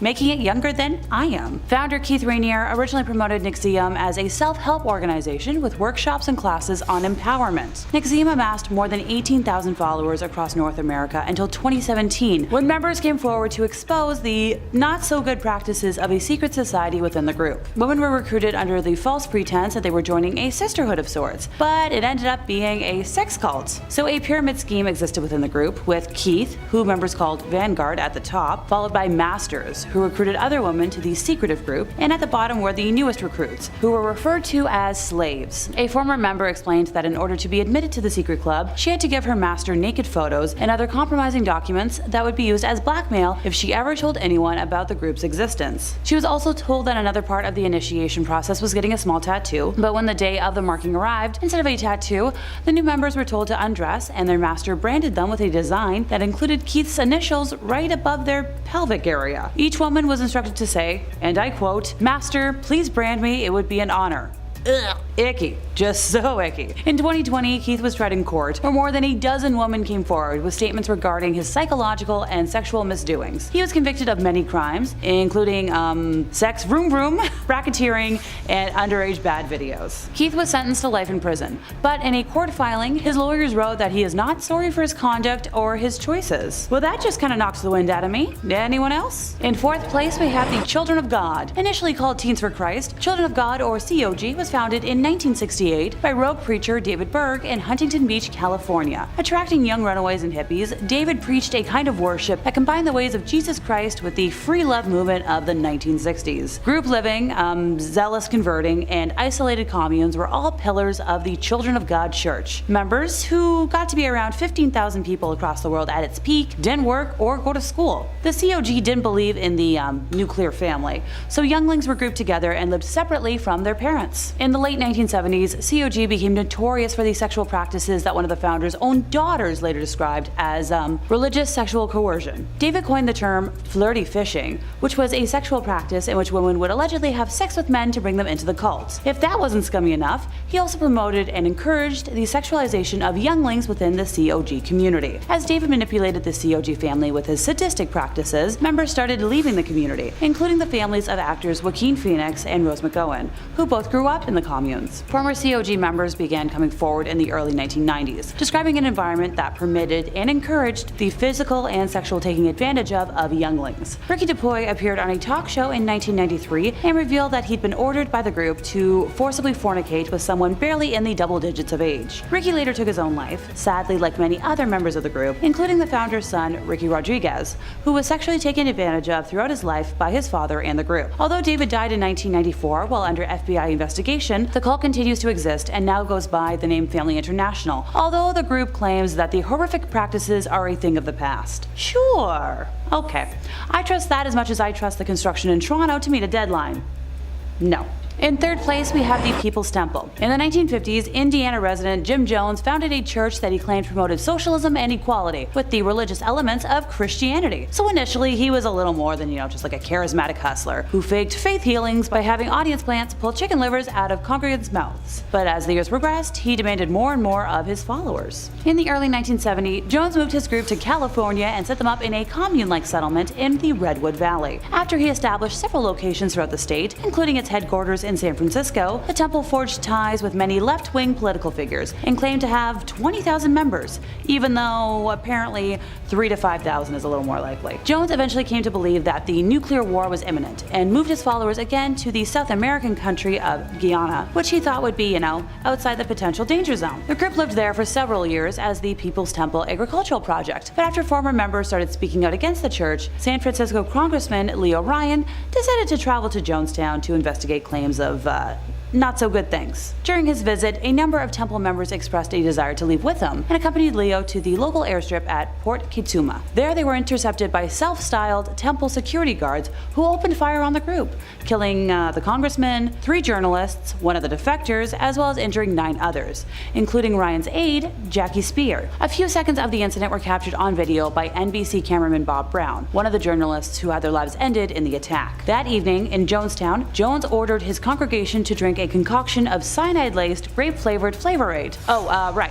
This is where the phrase drinking the Kool-Aid originates. All in all, 918 people died. This includes 4 that died at the temple headquarters that night in the Guyanese capital of Georgetown. Some members resisted ending their lives and were injected with fatal doses of cyanide, as were those too young to drink the drink, and some others survived by fleeing through the jungle. Until 9/11, it was the largest loss of American civilian life in history, which sends a chill down my spine to just think about. Just a teensy little side note, by the way. Surviving temple members of the mass death in the US announced their fears of being targeted by a hit squad composed of Jonestown survivors. Similarly, in 1979, the Associated Press reported a US congressional aide's claim that there were 120 white brainwashed assassins out from Jonestown awaiting the trigger word to pick up their hit. Temple insider Michael Prokes, who had been ordered to deliver a suitcase which contained temple funds, which were supposed to be transferred to the Communist Party of the Soviet Union, killed himself in March of 1979, 4 months after the Jonestown incident. In the days leading up to his death, Michael sent notes to several people, together with a 30-page statement he had written about the temple. He had arranged for a press conference in a Modesto, California motel room, during which he read a statement to the 8 reporters who attended,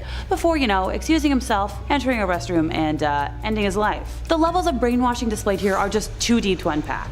In second place, we have the family. Oh sure, because that totally sounds wholesome. Known as one of Australia's most notorious cults, yep, not an American one for once, the family began with Anne Hamilton Byrne, who was a yoga teacher who believed herself to be a reincarnation of Jesus Christ. Oh, right, and unlike all the other listings today, this one was founded, by a woman. She teamed up with parapsychologist Raynor Johnson in the mid-1960s to form what was initially known as the Great White Brotherhood. Cripes, I swear I'm not talking about the Triple K group or the Yahtzees, I promise. Over the course of several years, Anne adopted 28 offspring by receiving the young as gifts from members, as well as by falsifying papers to convince others to give their spawn up for adoption, all in the hope of creating a master race that would survive the apocalypse she believed to be imminent. While other adults in the group were known as either aunties or uncles, Anne claimed to be the biological mother of all 28 adoptees. She also told the offspring she was, Jesus Christ, and when they didn't live up to her exact standards, they were punished forcibly, starved, or, dosed with LSD, because, a crazy brain trip is exactly how to make little ones behave. The cult went undetected for years because the adoptees were forced to hide whenever visitors arrived. But in 1987, the group's headquarters was finally raided and all the younglings were removed from the premises. Anne was only ever charged with falsifying birth certificates, and in 2019 she died from dementia at about 98 years old, having never faced consequences for her actions. Pardon me, my brain feels like it's about to explode. They had 32 years to nail her, and all she got was falsifying birth certificates? I feel like giving underage folks LSD should have been, the priority of offense charging. In first place, we have Aum Shinrikyo. Founded by Shoko Asahara in 1984, Aum Shinrikyo is a Japanese new religious movement and doomsday cult who first made headlines in the late 80s amid accusations that Asahara was forcing members to donate money to the group and holding them against their will. Oh, pardon me, I'll backtrack for a moment. Although Aum was, from the beginning considered controversial in Japan, it was not initially associated with serious crimes. Aum's public relations activities included publishing comics and animated cartoons that attempted to tie its religious ideas to popular anime and manga themes, including space missions, powerful weapons, world conspiracies, and the quest for ultimate truth. Like many cult leaders, Asahara believed in an imminent doomsday, this time caused by a world war started by the United States. And of course, according to him, only his followers would survive. I feel like a broken record, but don't worry. This wouldn't be in first place if it wasn't worse than, drinking the Kool-Aid, giving underagers LSD, and branding. Okay, well, worse in my opinion. I'll admit my brain's a little warped these days for a morality brutality scale. In 1991, Aum began using wiretapping to get NTT uniforms and equipment and created a manual for wiretapping. In July of 1993, cult members sprayed large amounts of liquid containing Bacillus anthracis spores from a cooling tower on the roof of Aum Shinrikyo's Tokyo headquarters. However, their plan to cause an anthrax epidemic failed. The attack resulted in a large number of complaints about, bad odors, but no infections. At the end of 1993, the cult started secretly manufacturing the nerve agent sarin, and later VX. So Aum tested its sarin on sheep at Banjawarn Station, a remote pastoral property in Western Australia, killing 29 sheep. Both sarin and VX were then used in several assassinations and attempts over 1994 to 1995. In 1995, the group executed a sarin gas attack in the Tokyo subway, which caused the deaths of 12 people and injured 50 more. The group says that those who carried out the attacks did so secretly, without being known to other executives and ordinary believers. After that attack, Japanese authorities learned that the group had also been responsible for the death of lawyer Tsutsumi Sakamoto, who was working on a class action lawsuit against Aum Shinrikyo at the time of his death. Almost forgot. The group also killed his wife and descendant. On the 6th of July 2018, after exhausting all appeals, Asahara and 6 followers on death row were executed as punishment for the 1995 attacks and other crimes. So I'm glad that unlike the last leader I discussed, some justice was actually served in this situation. 6 additional followers were executed on the 26th of the same month. At 12:10 a.m. on New Year's Day of 2019, at least 9 people were injured when a car was deliberately driven into crowds celebrating the New Year on Takashita Street in Tokyo. Local police reported the arrest of Kazuhiro Kusakabe, the suspected driver, who allegedly admitted to intentionally ramming his vehicle into crowds to protest his opposition to the death penalty, specifically in retaliation for, the execution of the aforementioned cult members. We have the group of young people who fell under the spell of Charles Manson in the late 1960s in California, USA. Charles Manson was in and out of prison for most of his life before settling in San Francisco and beginning to establish himself as a guru during the height of the Summer of Love hippie culture. Using some elements from the philosophy of the Process Church of Final Judgment, who believed that at the end of the world Jesus and Satan would join forces to judge humanity, Manson formed a group of mostly young women, teaching them that they were reincarnations of the original Christians and that he was Jesus Christ. In a converted school bus, the group made their way to Los Angeles, where Manson preached and continued to grow his group of followers. They stayed in the home of Dennis Wilson of the Beach Boys for a time, before eventually moving them to an old disused Western movie set, Spawn Ranch. In exchange for the company of the many female followers, the owner of the ranch, George Spawn, allowed Manson and his growing family to stay at the ranch free of charge. Manson began using his followers for extortion, taking a music teacher who they believed had inherited a large fortune hostage in his home and demanding that he join the cult and turn over the money. The man maintained that they were mistaken, and Manson attacked him with a sword before having one of his followers finish the job. In the cult's most famous incident, Manson sent 4 family members to the home of Hollywood actress Sharon Tate with instructions for them to end the lives of Tate and her 4 guests who were staying with her. The next night, these family members were joined by 3 others and brought by Manson to the home of Leno and Rosemary LaBianca, where they broke in and tied up the 2 residents at Manson's instructions. He then ordered them to dispatch the victims and left. Although it hasn't been conclusively proven, the Manson family are believed to be responsible for at least 15 other people, with Manson himself claiming at one point that he was responsible for 35 total deaths. Manson was apprehended and put on trial along with the family members who had carried out his orders, but the trial showed just what a hold Manson still had over his family. Family members showed up outside the courthouse where they held a vigil while armed with hunting knives. They threatened witnesses, setting fire to one man's van while he was still inside it. The trial itself was also a wild time, with one of the defense attorneys who Manson disagreed with going missing and being discovered murdered, and Manson at one point leaping over a table to try and attack the judge while the other defendants began chanting in Latin. Manson and the murderous family members were sent to prison in 1971. Manson remained in prison until his death in 2017. Number 4. Aum Shinrikyo.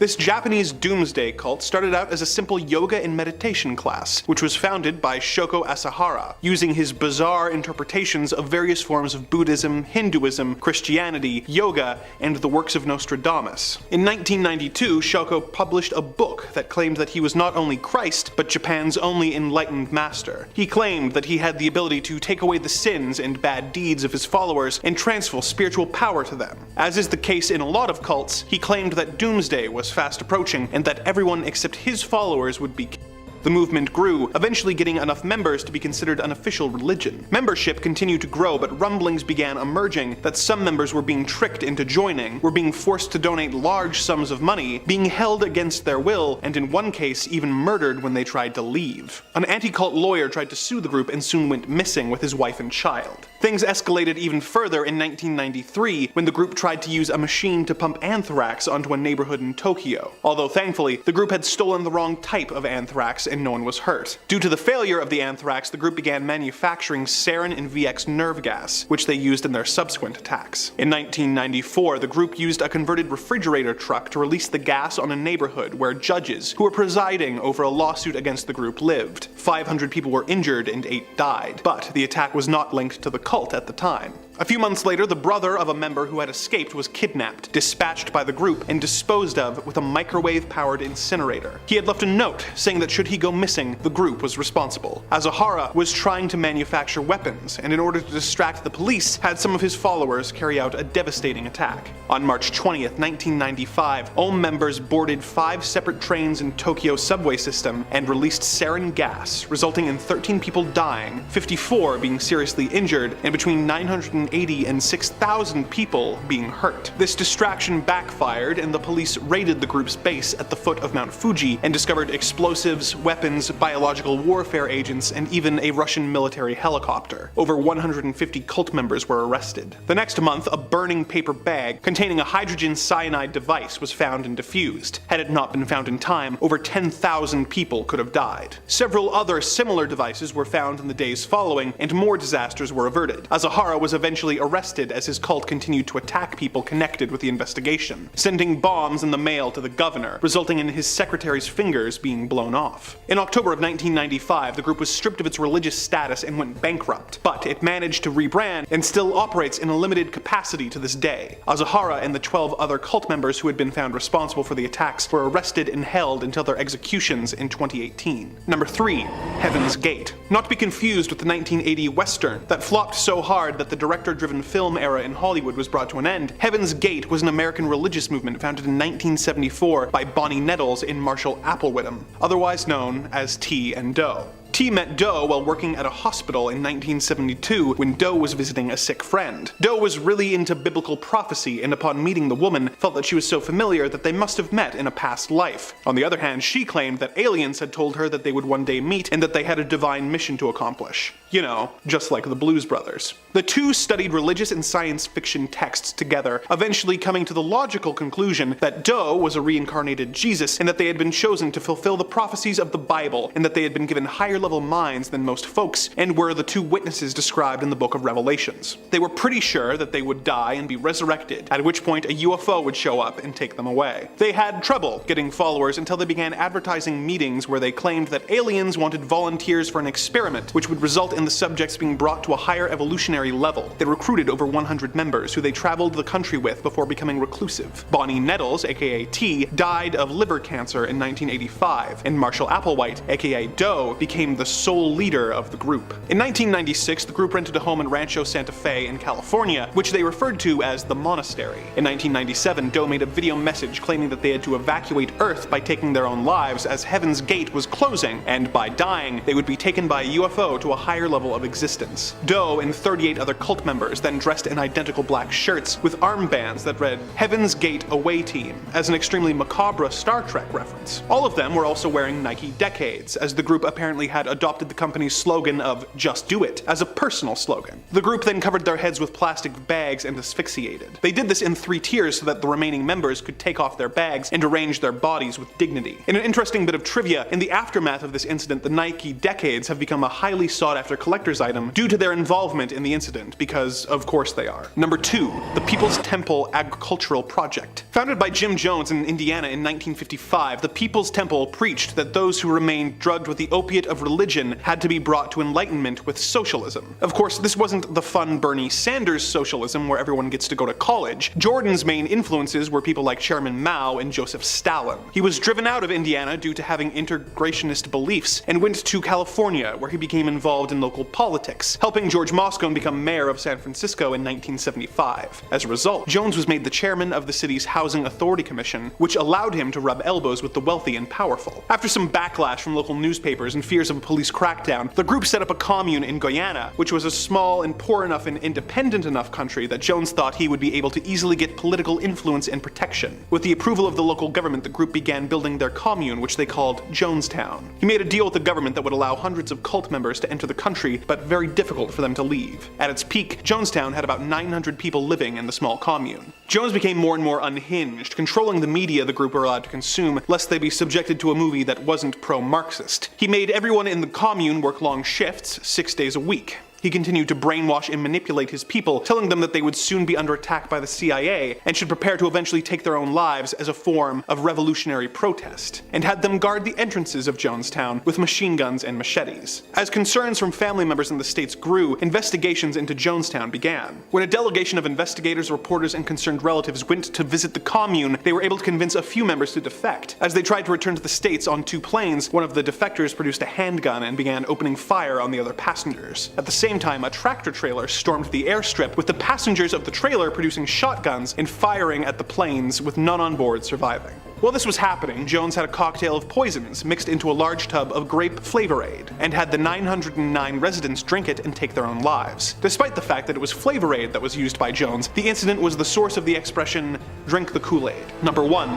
The Thuggee cult. The Thuggee were a secret society operating in India in the mid-1800s who were known for attacking travelers and garroting them with a weapon called a rumal. Its members were trained from childhood in its use. They considered efficient and quiet acts of murder to be the greatest accomplishment possible. They would follow groups of travelers until they made camp, at which point they would attack. Word of the Thuggee began to grow as numerous bodies began to be discovered in wells around the countryside. However, the Thuggee were not attacking their victims simply to take their valuables. The number 1 rule of the cult was not to shed any of their victims' blood, as they were actually human sacrifices for their god, Kaali. The Thuggee believed that constant indulgence in vices was the only way to become closer to and achieve union with their god. During the time that the cult was active, over 30,000 people were attacked by the Thuggee and sacrificed to Kaali. British officers were tasked with eliminating the cult and began mapping out the cult's attacks in order to predict where the attacks would likely take place and set traps for the Thuggee while disguised as merchants and travelers. Between 1830 and 1841, at least 3,700 cult members were captured, effectively ending the group. Many were put in prison for the rest of their lives, with 500 of them being hanged. Without exception, all of them that went to the gallows showed no emotion or remorse, often requesting to put on their own nooses themselves. When asked if he was sorry, one member who claimed to have the Thuggee record for most victims at 931 responded that no one should ever feel bad for following their trade. The term thug is still used to this day to describe a brutal criminal, and the group is remembered for their various appearances as villains in films over the years, such as when they were depicted by Steven Spielberg in Indiana Jones and the Temple of Doom. Do you feel like the modern world has got you down? Got you running around feeling overwhelmed? Perhaps you need a break from it all and you want to get away. I want to go back to a simpler time. Well then perhaps the Brethren is the movement you've been looking for. Founded by Jim T. Roberts, the movement seeks to shed all of the convenience and accommodations of modern living, with its members instead choosing to live as vagrants, drifting on the edge of society, away from the prying eye of the modern world. Their leader believes that in order to be guaranteed a spot in heaven, one must purify themselves. And to the Brethren, this means purifying themselves of just about every facet of modern living. As part of their renouncement of all modern living, Brethren must forsake all of their family, friends, their jobs, their livelihoods, all in favor of their new brothers. You aren't allowed to partake in any material goods of any kind. Sew your own clothing and eat what you can scavenge. This particularly grisly habit is what gave the cult its enduring nickname of garbage eaters for their tendency to dumpster dive. You're not even allowed to laugh, celebrate, or play, as all celebrations must be saved for the return of the Savior at the end of the world. Although given those conditions, I'm not sure what you'd have to laugh about. It goes as far too as members being barred from receiving treatment or medicine, even for common curable illnesses. Because members are forced to cut themselves off from their families, oftentimes members disappear without their family members ever even getting to know what happened. As such, groups have sprung up to try and reconnect Brethren to their families and hopefully get them a dinner that didn't come out of a dumpster. why not toss a subscribe our way and join our group here? Our teachings are scary videos every day, and the only thing you have to give us is a subscribe, and if you're feeling really generous, maybe a like too. Let's keep going. Number 4, Happy Science. Happy Science, formerly known as the Institute for Research in Human Happiness, is a Japanese New Age religion that's sort of a loot bag for as many religious concepts as you can think of. In Happy Science, all gods that have been worshipped throughout history across various religions were actually all the same god, named El Cantare, roughly translating to the singer. The group's founder, Ryoho Okawa, just happens to be the incarnation of all these holy deities manifested as one man. He also claims to have the energies of various celebrities inside him, including Freddie Mercury and former US presidents. The group preaches happiness, obviously. Following the group's mantra, in order to obtain happiness, one must practice the principles of happiness known as the fourfold path: love that gives, wisdom, self-reflection, and progress. Now, Happy Science isn't just some fringe group in a tent in the backwoods. Rough estimates suggest that the group pulls inwards of $45 million a year. Sounds like there's some kind of profit happening here. That's a little pun for you.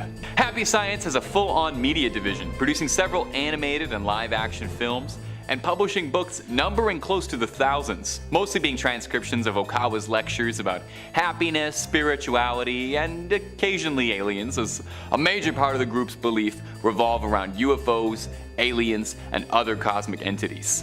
The group is fairly widespread, boasting temples across the world and various continents. The group's statistics claim that there are 11 million members worldwide, although more conservative estimates put it around 30,000 worldwide. Regardless, Happy Science is something that's clearly making a lot of people happy. Number 3, Raëlism. Raëlism is the teaching that humanity was birthed by a hyper-advanced race of aliens called the Elohim, who genetically engineered us as their children. Our most famous religious leaders over the years were Elohim human hybrids, whose wondrous abilities and powers were mislabeled as prophets. It's said that by 2035, if Raëlism's followers have achieved the tenets correctly and fulfilled the movement's teaching by spreading its message and building an embassy to welcome its 39 prophets, the group rose to prominence in the 1970s when its leader, Claude Vorilhon, who called himself Rayo, claims he had an experience with a UFO where a spacecraft flying overhead was full of beings who told him about humanity's future and past and handed him a Bible and told him it was his mission to build that embassy. Now, all of this sounds like pretty standard cult stuff, worshipping aliens who are secret progenitors, but where things get pretty interesting and worthy of note is that around 2002, a company called Clonaid, with direct ties to Raëlism, claimed to have done the impossible and cloned a baby girl, appropriately named Eve. Immediately, it spurned all kind of controversy, led to several investigations, discussions about the ethics and morality of the situation, but despite all this, no actual evidence of the clone baby ever came up. Eve isn't the only alleged baby birthed this way through Clonaid, with several claims of Clonaid brand clones being produced since the original story in 2002, all with dubious claims, including controversial rapper Kid Buu, who claims to have been born there. So either Eve is still hiding somewhere, or maybe it was a bit of an exaggeration. Regardless, Clonaid charges up to $200,000 for their services, which might seem a bit expensive, but hey, you're getting a great deal on a clone. You're gonna make your money back on that. So if anyone's got a piggy bank just weighing them down, please send me a message and then get back to me and introduce me to you and your clone. Number 2, the Church of Bible Understanding. Hey, real quick for me, what's your favorite Seinfeld episode? Yeah, I probably could have guessed it was the comeback or the contest, and those are both great answers. But what about the checks, where George gets involved with that group of carpet cleaners who end up trying to recruit for a cult, and he's all mad they want his boss, but they don't want him? That's the kind of shenanigan that could only happen to Costanza. Turns out that episode was based on a real group called the Church of Bible Understanding, although at the time they were going by Christian Brothers Carpet Cleaners, no doubt where the idea came from. This undertaking was one of the group's many noble business ventures, including a used van business and a New York chain of used antique stores. Like most cults, the group was led by a charismatic figurehead, one Stuart Trail, who maintained to his followers that only he was capable of understanding the Word of God and understanding how to annoy George Costanza. Their leader was expelled from the Pentecostal church he worshipped at in the early 70s, and after his expulsion, refused to give up the dream and formed his own church, promising a communal lifestyle of salvation. And if reports from former members are to be believed, hard work for below minimum wage. Members were isolated from their friends, families, and communities and encouraged to devote themselves wholly to the church. Besides a less than flattering appearance on Seinfeld, the group most recently made headlines after an orphanage they built in Haiti had burned to the ground, after several claims that orphanages the group had been producing in Haiti had been extremely substandard, shoddy, overcrowded, and dirty. The leader, Stuart Trail, passed away in 2018. Current estimates suggested the group has dwindled down from thousands of members in its heyday to just dozens now. And there's no word if Larry David was ever a member or associated. Number 1. The Nuwaubian Nation. Dwight York had a dream. Like many Americans, he believed in simple things, like amassing an army to help him fight Satan amongst the stars. Let me back that up for you just a little bit and introduce you to the Nuwaubian Nation, or the United Nuwaubian Nation of Moors. Adding just a twist of Christianity, African rituals, and a heavy dose of Egyptian mythology mixed with aliens, Dwight York had a perfect recipe for a wild cult story. The nation believed that they needed to prepare themselves for an inevitable duel of the fates among the stars, and that the 144,000 chosen ones would accompany Dwight into outer space for the fate of the galaxy, zooming away on a flying city to Orion to fight Satan. Now, I have no comment about any of that. Maybe it was the cult of personality, maybe it was the promise that you could potentially get involved in a Star War, but this was a surprisingly popular movement around rural Georgia, where York built up a massive compound that looked a bit like a pavilion out of your favorite Egypt-themed amusement park, and bringing in members in droves. As the numbers grew, the mythology grew, incorporating cloning, racial theory, anti-government conspiracy, and a whole lot more. But the dreams of the Starfarers would be cut short when an investigation in 2002 revealed a horrifying truth: that their leader Dwight York was involved in a massive human trafficking operation said to have been comprised of as many of 1,000 people. On May 8, 2002, the Sheriff's Department of Georgia, with the aid of the FBI, shut the entire operation down. York was arrested and sentenced to a life sentence where he's still serving out his 135 years. One Georgia sheriff involved, Sheriff Sills, described the trafficking operation as the best kept secret in Georgia I'd seen in my 47 years as a police officer. The compound was seized and swiftly destroyed. Despite all this though, there are still members out there waiting. Number 5 on this list is Happy Science. Kind of a fun name that they have there for sure, but maybe not the funnest of cults. Ranker says if you're looking for a mashup of world religions, New Age, hokum, far-right nationalism, and infrastructure spending, then Japanese cult Happy Science is for you. It was founded in 1986 by Ryoho Okawa, a former salaryman who was enraptured by a group called the Godlight Association. He soon formed his own cult of personality called Science of Happiness and changed its name to Happy Science a few years later. Okawa believes he is the human incarnation of a supreme being called El Kanter, who combines Christ, Buddha, Muhammad, and every other prophetic deity to create a 9-dimensional heaven with him at the head. He's also created a massively complex mythology of New Age nonsense while simultaneously founding a political wing called the Happiness Realization Party. Here's where the strangeness goes into overdrive though, as his party advocates a vicious Japanese nationalism devoted to denying historical cruelties, advocating conflict with China and North Korea, and rebuilding Japan's infrastructure. The group claims to have 12 million members around the world, has a multimedia arm, and enjoys tax-exempt status in the US. So basically, if it was up to this group, Japan would be invading China and North Korea and probably well on its way to starting World War III. So yeah, definitely not one that you want to be a part of, because that could obviously get very bad very quickly. Not to mention, you need to worship this dude who believes that he's the human incarnation of all these cool people. I mean, if he actually is the human reincarnation of all of those people, then that's freaking awesome, but come on guys, I think the likelihood that this dude is Jesus as well as Buddha is pretty low. Number 4 on this list is the Brethren. Yeah, so joining this cult really would just be the worst, guys. You just need to give up so much to do it. Ranker says, also known as Body of Christ and Garbage Eaters, the Brethren are an apocalyptic offshoot of the 70s Jesus movement, eschewing worldly possessions and earthly pleasures to purify themselves for the coming end of the world. Brethren members essentially live as vagrants doing odd jobs to survive, eating trash, avoiding bathing and medical treatment, and giving whatever money they do make to the group. They also forbid dancing and laughing until the return of Jesus, bar members from communicating with family, and forbid contact between binary genders. Group founder Jim Roberts passed in December 2015, leaving the future of the secretive cult unclear. You literally need to give up everything in your entire life to get ready for when Jesus returns. I just don't get this one, guys. Like, maybe it's because I'm not part of this cult, but I guess it isn't clear to me why Jesus would be angry that you have earthly possessions. Like, what does he have against you having the occasional knickknack, you know? Also, there's the whole thing where you literally need to eat garbage. I don't think that they're joking about that, guys. Like, you will be eating scraps if you join this cult. Never having a warm meal again, that's about as terrifying as it can get. Number 3 on this list is the Fundamentalist Church of Jesus Christ of Latter-day Saints. You guys might be familiar with this one right now, as it's currently very popular. Netflix just released a documentary about this cult, so if you want a more in-depth summary of what went down,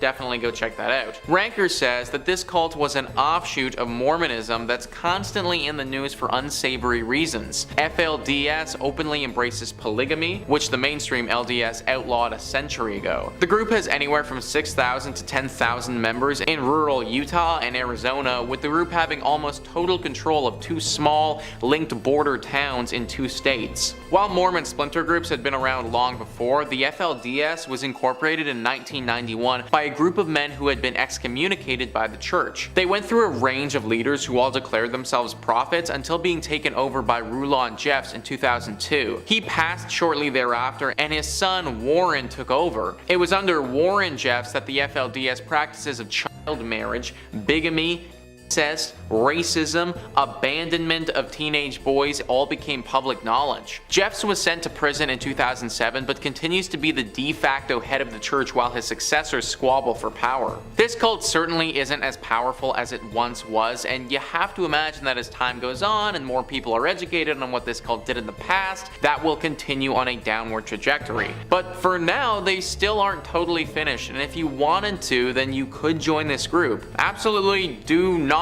do that though, because these people get up to some very weird and often illegal things. Like, the leader was literally sent to jail and is still there rotting away. I would not want to get myself into a situation where I'm anywhere close to the people that support that guy. Number 2 on this list is the Nuwaubian Nation. This one is absolutely nuts, guys, so strap in. Ranker says, formerly known as the United Nuwaubian Nation of Moors, this is a cult of personality based around founder Dwight York. Combining Christianity, ancient Egyptian iconography, African rituals, and a belief that aliens are coming, the nation believes that 144,000 chosen people will be taken away in a flying city, spirited to Orion to prepare for the final fight against Satan. Shockingly, York's mishmash of New Age concepts, black power militancy, and ancient Egyptian religion caught on in both the hip-hop community and in rural Georgia, where York built a massive compound made with donated funds. York's mythology grew, incorporating cloning, racial theory, cosmology, anti-government conspiracies, and linguistics. Even as the cult grew, York was under investigation, and he was finally detained in 2002 for running a massive human trafficking ring comprising as many as 1,000 individuals. He was sent to prison for life, and his compound was seized and demolished. The group still exists, though in much smaller numbers. If we just ignore all of the human rights violations for a second, which we shouldn't, by the way, but let's just do it anyways for one moment, then at the best possible case scenario, you join this cult and then dedicate your life preparing for a battle with Satan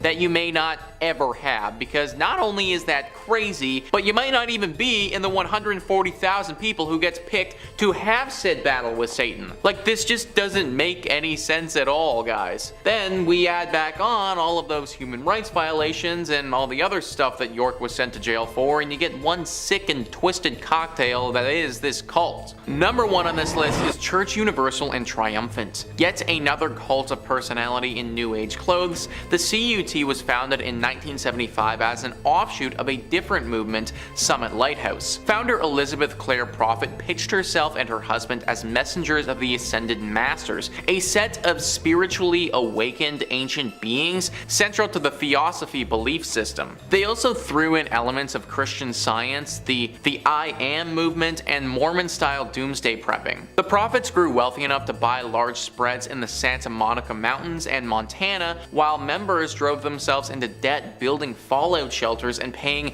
huge sums of money to reserve a spot in the post-nuclear conflict society. The church was also accused of making illicit straw purchases and of using sleep deprivation against members who attempted to leave. In ill health, the prophet retired in 1999 and passed 10 years later. Since then, the church has gone through legal problems and succession squabbles, but members still meet on a regular basis. So yeah, just join this cult if you want to potentially get tortured from sleep deprivation. Oh, and while we're torturing you, we're also gonna take all your money and invest it into some underground bunker that you'll probably never use. If that doesn't sound like an excellent use of time and money to you, which it probably shouldn't, then I really wouldn't recommend joining this cult. Number 5 on this list is Sarah Edmondson. Sarah Edmondson is a Canadian actress who's known for her roles on The Vow, Geronimo Stilton, and At Home in Mitford.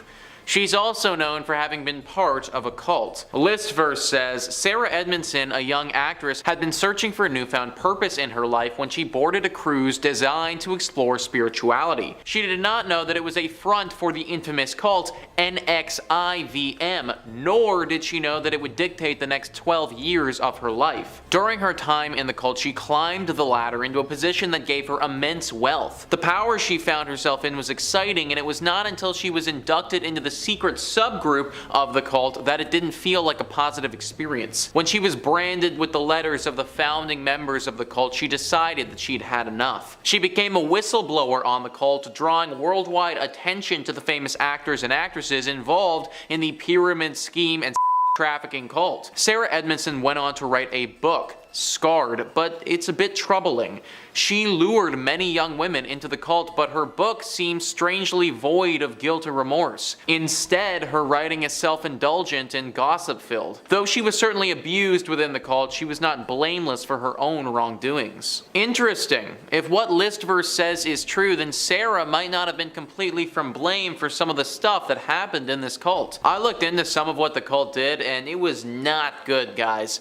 This cult was rotten to the core. The founder, Keith Raniere, finally got his though. He was recently sentenced to 120 years in prison. Number 4 on this list is Belle Decker. Brielle's story is one that is truly moving. Brielle is a true hero. Not only did she escape the fundamentalist Church of Jesus Christ of Latter-day Saints cult, she established a refuge at the cult headquarters after the cult leader was arrested. FLDS, a polygamous cult, was led by Warren Jeffs. During his reign, he forced approximately 80 women and children into marriages. Brielle, who was born into the FLDS, knew from a young age that she would be forced to marry the middle-aged man. When she turned 18, he prepared their wedding ceremony and she had no choice but to go along with it. Around this time, the FBI charged Jeffs for forcing an underage girl into marriage and later conducted a raid on the FLDS compound where they discovered just how many children Jeffs had forced into marriage. Jeffs was, of course, charged and sentenced to 20 years in prison. The $100 million FLDS fund, which was seized by the government, was partially given to Brielle to buy Jeffs' mansion and turn it into a refuge for victims. Even though she went through some really horrible stuff, Decker's character remained intact. And now she's taken the experience that happened to her and turned it into a way to help all the others who were affected. Big shout out to Brielle. Number 3 on this list is Anna LeBaron. A lot of people get poached at a young age to join cults. It's pretty easy to do that poaching if you can start from birth. Anna LeBaron's father, Ervil, was the leader of a cult that's been linked to over 20 murders. Her father had 13 wives and over 50 children between them all. Anna, in the book that she's written called The Polygamist's Daughter, details how she and the other children were made to feel isolated and were forced to work 12-hour workdays. Her father was wanted by the FBI for organizing the murders of over 10 people. He was eventually captured, but even after his his capture, his followers continued to kill. He had made a master kill list and his devout troops were following it. Luckily, at the age of 13, Anna was able to escape with the help of her sister. She went on to go to college and live a relatively normal life, which is kind of crazy to think about considering how her existence started. Number 2 on this list is Clare Ashman. Clare, as many followers of cults are, was poached at a young age and just found herself involved in something that she never wanted to be a part of. The list verse says, Clare Ashman grew up in the very traditional Catholic society of St. Pius X. When she left her family and started life outside the strictly Latin faith, she was confused and unsure of herself. In many ways, she was clueless and uneducated by her family. That explains why, when she turned 15, she was not aware that it was creepy for a 27-year-old man to show interest in her. Unfortunately, without healthy relationships for her to learn from,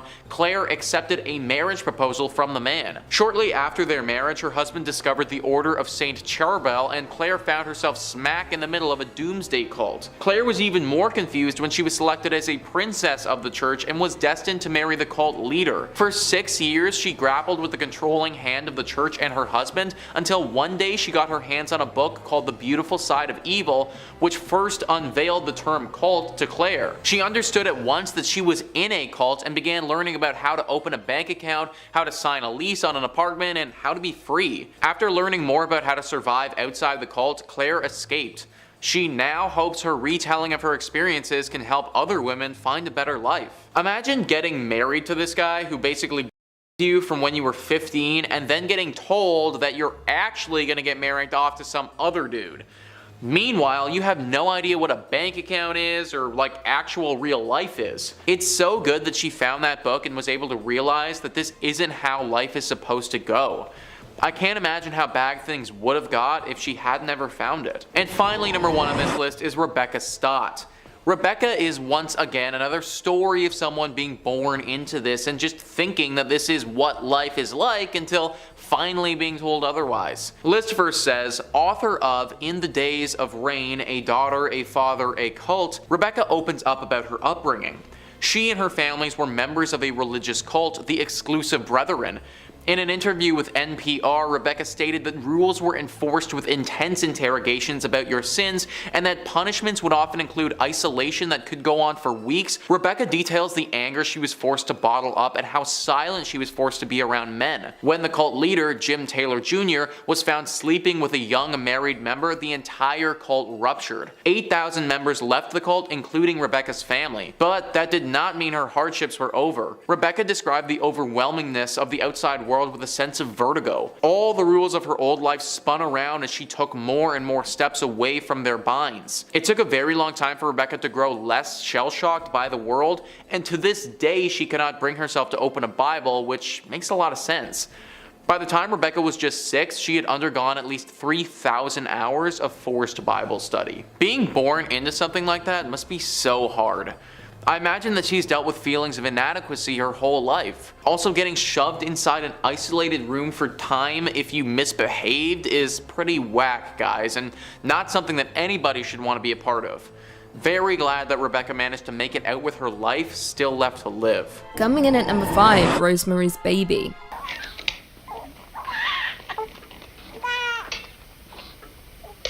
Roman Polanski's masterpiece, Rosemary's Baby, set the standard for many cultist horror movies, particularly in the way it reveals the cult, using a steady and slow build and paranoia, confusing us as to what exactly is even happening. This 1968 horror stars Mia Farrow and chronicles the story of a pregnant woman who suspects that an evil cult wants to take her baby for use in their rituals. However, it is quickly revealed that her husband has made a deal with the devil for success in his acting career, and the price is offering up his wife as a surrogate mother for something truly evil. Satan's son. That's right, the cult uses Rosemary as a sacrificial lamb for Satan's grand return through his own offspring, and it is truly terrifying. The general sense of unease throughout the movie is why Rosemary's Baby is an absolute classic. and perhaps one of the scarier movies in the horror genre. The horrors depicted on and off the screen aided in the rumour that the film was actually cursed by the cult and summoned demons, with many incidents occurring off-screen to the cast and crew, including the slaying of Roman Polanski's wife, Sharon Tate, at the hands of the Manson family. Coming in at number 4, VHS 2 Safe Haven. Safe Haven is one of 4 sections in the 2013 anthology found footage sequel VHS 2, with the segment being directed by Timo Tjahjanto and Gareth Hugh Evans, and being the best section in the entirety of the movie. The plot follows a news crew composed of 4 members who infiltrate an Indonesian cult in the hopes of shooting a documentary about their mysterious activities. Inside the building, they find the walls adorned in bizarre symbols, school children in classrooms, and women dressed in white garments. One of the crew, Malik, then overhears that his fiancée Lena is pregnant with another crew member's child, Adam. Things then descend into total madness. The deeper the crew go inside the building, with Lena being abducted by several women, with the cult hunting down the crew members for sacrificial reasons. Now, with only 29 minutes to play with, Evans and Tjahjanto don't hold back, not even for a second, with the segment being insanely action-packed and gore-filled from start to finish. Not to mention it builds to an insane, gore-soaked climax that will shock the audience. Cult are successful in their demon summoning, with the beast making its grand appearance towards the final moments of the movie, and it does not disappoint. Coming in at number 3, we have Children of the Corn. Children in horror movies are already creepy, but put them in a cult composed solely of children, then you have a recipe for absolutely terrifying scares. Children of the Corn, based on the book of the same name by Stephen King, is a supernatural folk horror starring Linda Hamilton and Peter Horton, and is set in a fictitious rural town of Gatlin, Nebraska. The film tells the story of a malevolent entity referred to as He Who Walks Behind the Rose, which entices the town's children to ritually murder all the town's adults and a couple driving across the country to ensure a successful corn harvest. As the couple arrive in the small, seemingly abandoned town, they discover the congregation of children led by a girl named Rachel, with them performing a cultural birthday ritual for Amos by drinking his blood from a pentagram-shaped cut on his body. Amos has turned 19, therefore is considered old enough for his passing, joining their god in the cornfield. Now, while the movie as a whole was a little disappointing, it does deliver on the horrors of cults. Not to mention there were 7 sequels, with the first being far superior. The cult movie in turn gained a cult following, with it being a hit among movie lovers. Coming in at number 2, we have Hereditary. One of 2 Ari Aster movies on our list, Hereditary was a surprise horror movie, with the reveal of its cult being kept a secret for much of the movie, making it incredibly unexpected when it begins to unfold.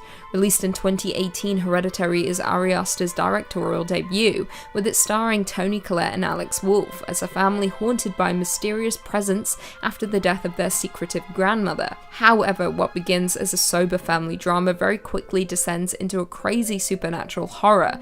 What begins as a slow burn quickly catapults into a disturbing horror after an incident involving the family's son and daughter, leaving viewers covering their mouths. As a result of the incident, the mother, Annie, is forced to turn to a support group member, Jones, for support, learning ways she can contact the realm of the supernatural. However, this has devastating consequences, with her awakening something that should never have been awoken. Viewers very quickly learn that a demon-worshipping cult are the true causes of the family's misery and pain. Worse still, Ari Aster plants Easter eggs throughout the movie as a way of warning us of things to come. However, saying that, most of us may have missed these subliminal messages, but what I can say is, the wall-crawling demon was revealed long before the last 30 minutes of the movie, with the cult being there all along, watching the family and waiting for their moment. The cult in Hereditary are worshippers of Paimon, one of Lucifer's most obedient devotees, who rules 200 legions of angels, and is connected to the Tree of Death, hence why the treehouse in Hereditary is so important. The summoning of Paimon is gradual throughout the movie, but when he finally arrives and seeks solace in the body of one of the characters, well, it's enough to send shivers down anyone's spine. And finally, coming in at number 1, we have Midsommar. There are few things more terrifying than a cult in horror movies, a group of people devoted to a dark higher power who will do absolutely anything to appease the deity. No movie displays this as effectively as Ari Aster's Midsommar. Released in 2019, Midsommar is a folk horror film starring My Queen, Florence Pugh, and follows a group of friends who travel to Sweden for a festival that occurs once every 90 years, only to find themselves in the clutches of a pagan cult. Now, unlike Ari Aster's Hereditary, Midsommar lays out its intentions from the very start of the movie. The movie kicks off with Dani discovering the death of both her sister and parents, with the incident putting a strain on Dani's relationship with her already distant boyfriend Christian. Not long after, she learns that Christian has planned a trip to Sweden with his friends to attend a midsummer celebration at an ancestral commune, so the group packs up and heads out. Things very quickly descend into madness, with the group arriving and being met by a large group of white cult members in a very peculiar white outfit, with Dani realizing that something isn't quite right here. However, her concerns are proven correct when 2 commune elders die by senicide via leaping from a cliff top. When the male elder survives the fall, the cult mimics his wails of agony and crushes his skull with a mallet. Yeah, things aren't fun in Sweden right now. Now, without ruining much more for those who haven't watched it yet, the cult does what is necessary to summon the dark higher power that they worship, with the American tourist being used as a sacrifice for the demon. Now, more interesting still, while this movie isn't entirely based on a real cult, director Ari Aster does describe it as a stew of sorts. I quote, "We're drawing from actual Swedish traditions. We're drawing from Swedish folklore. We're drawing from Norse mythology." All in all, Midsommar successfully draws on the disturbing conventions of cultist horror to generate a sense of dread and unease, making it my favourite folk horror movie and cult horror movie of all time.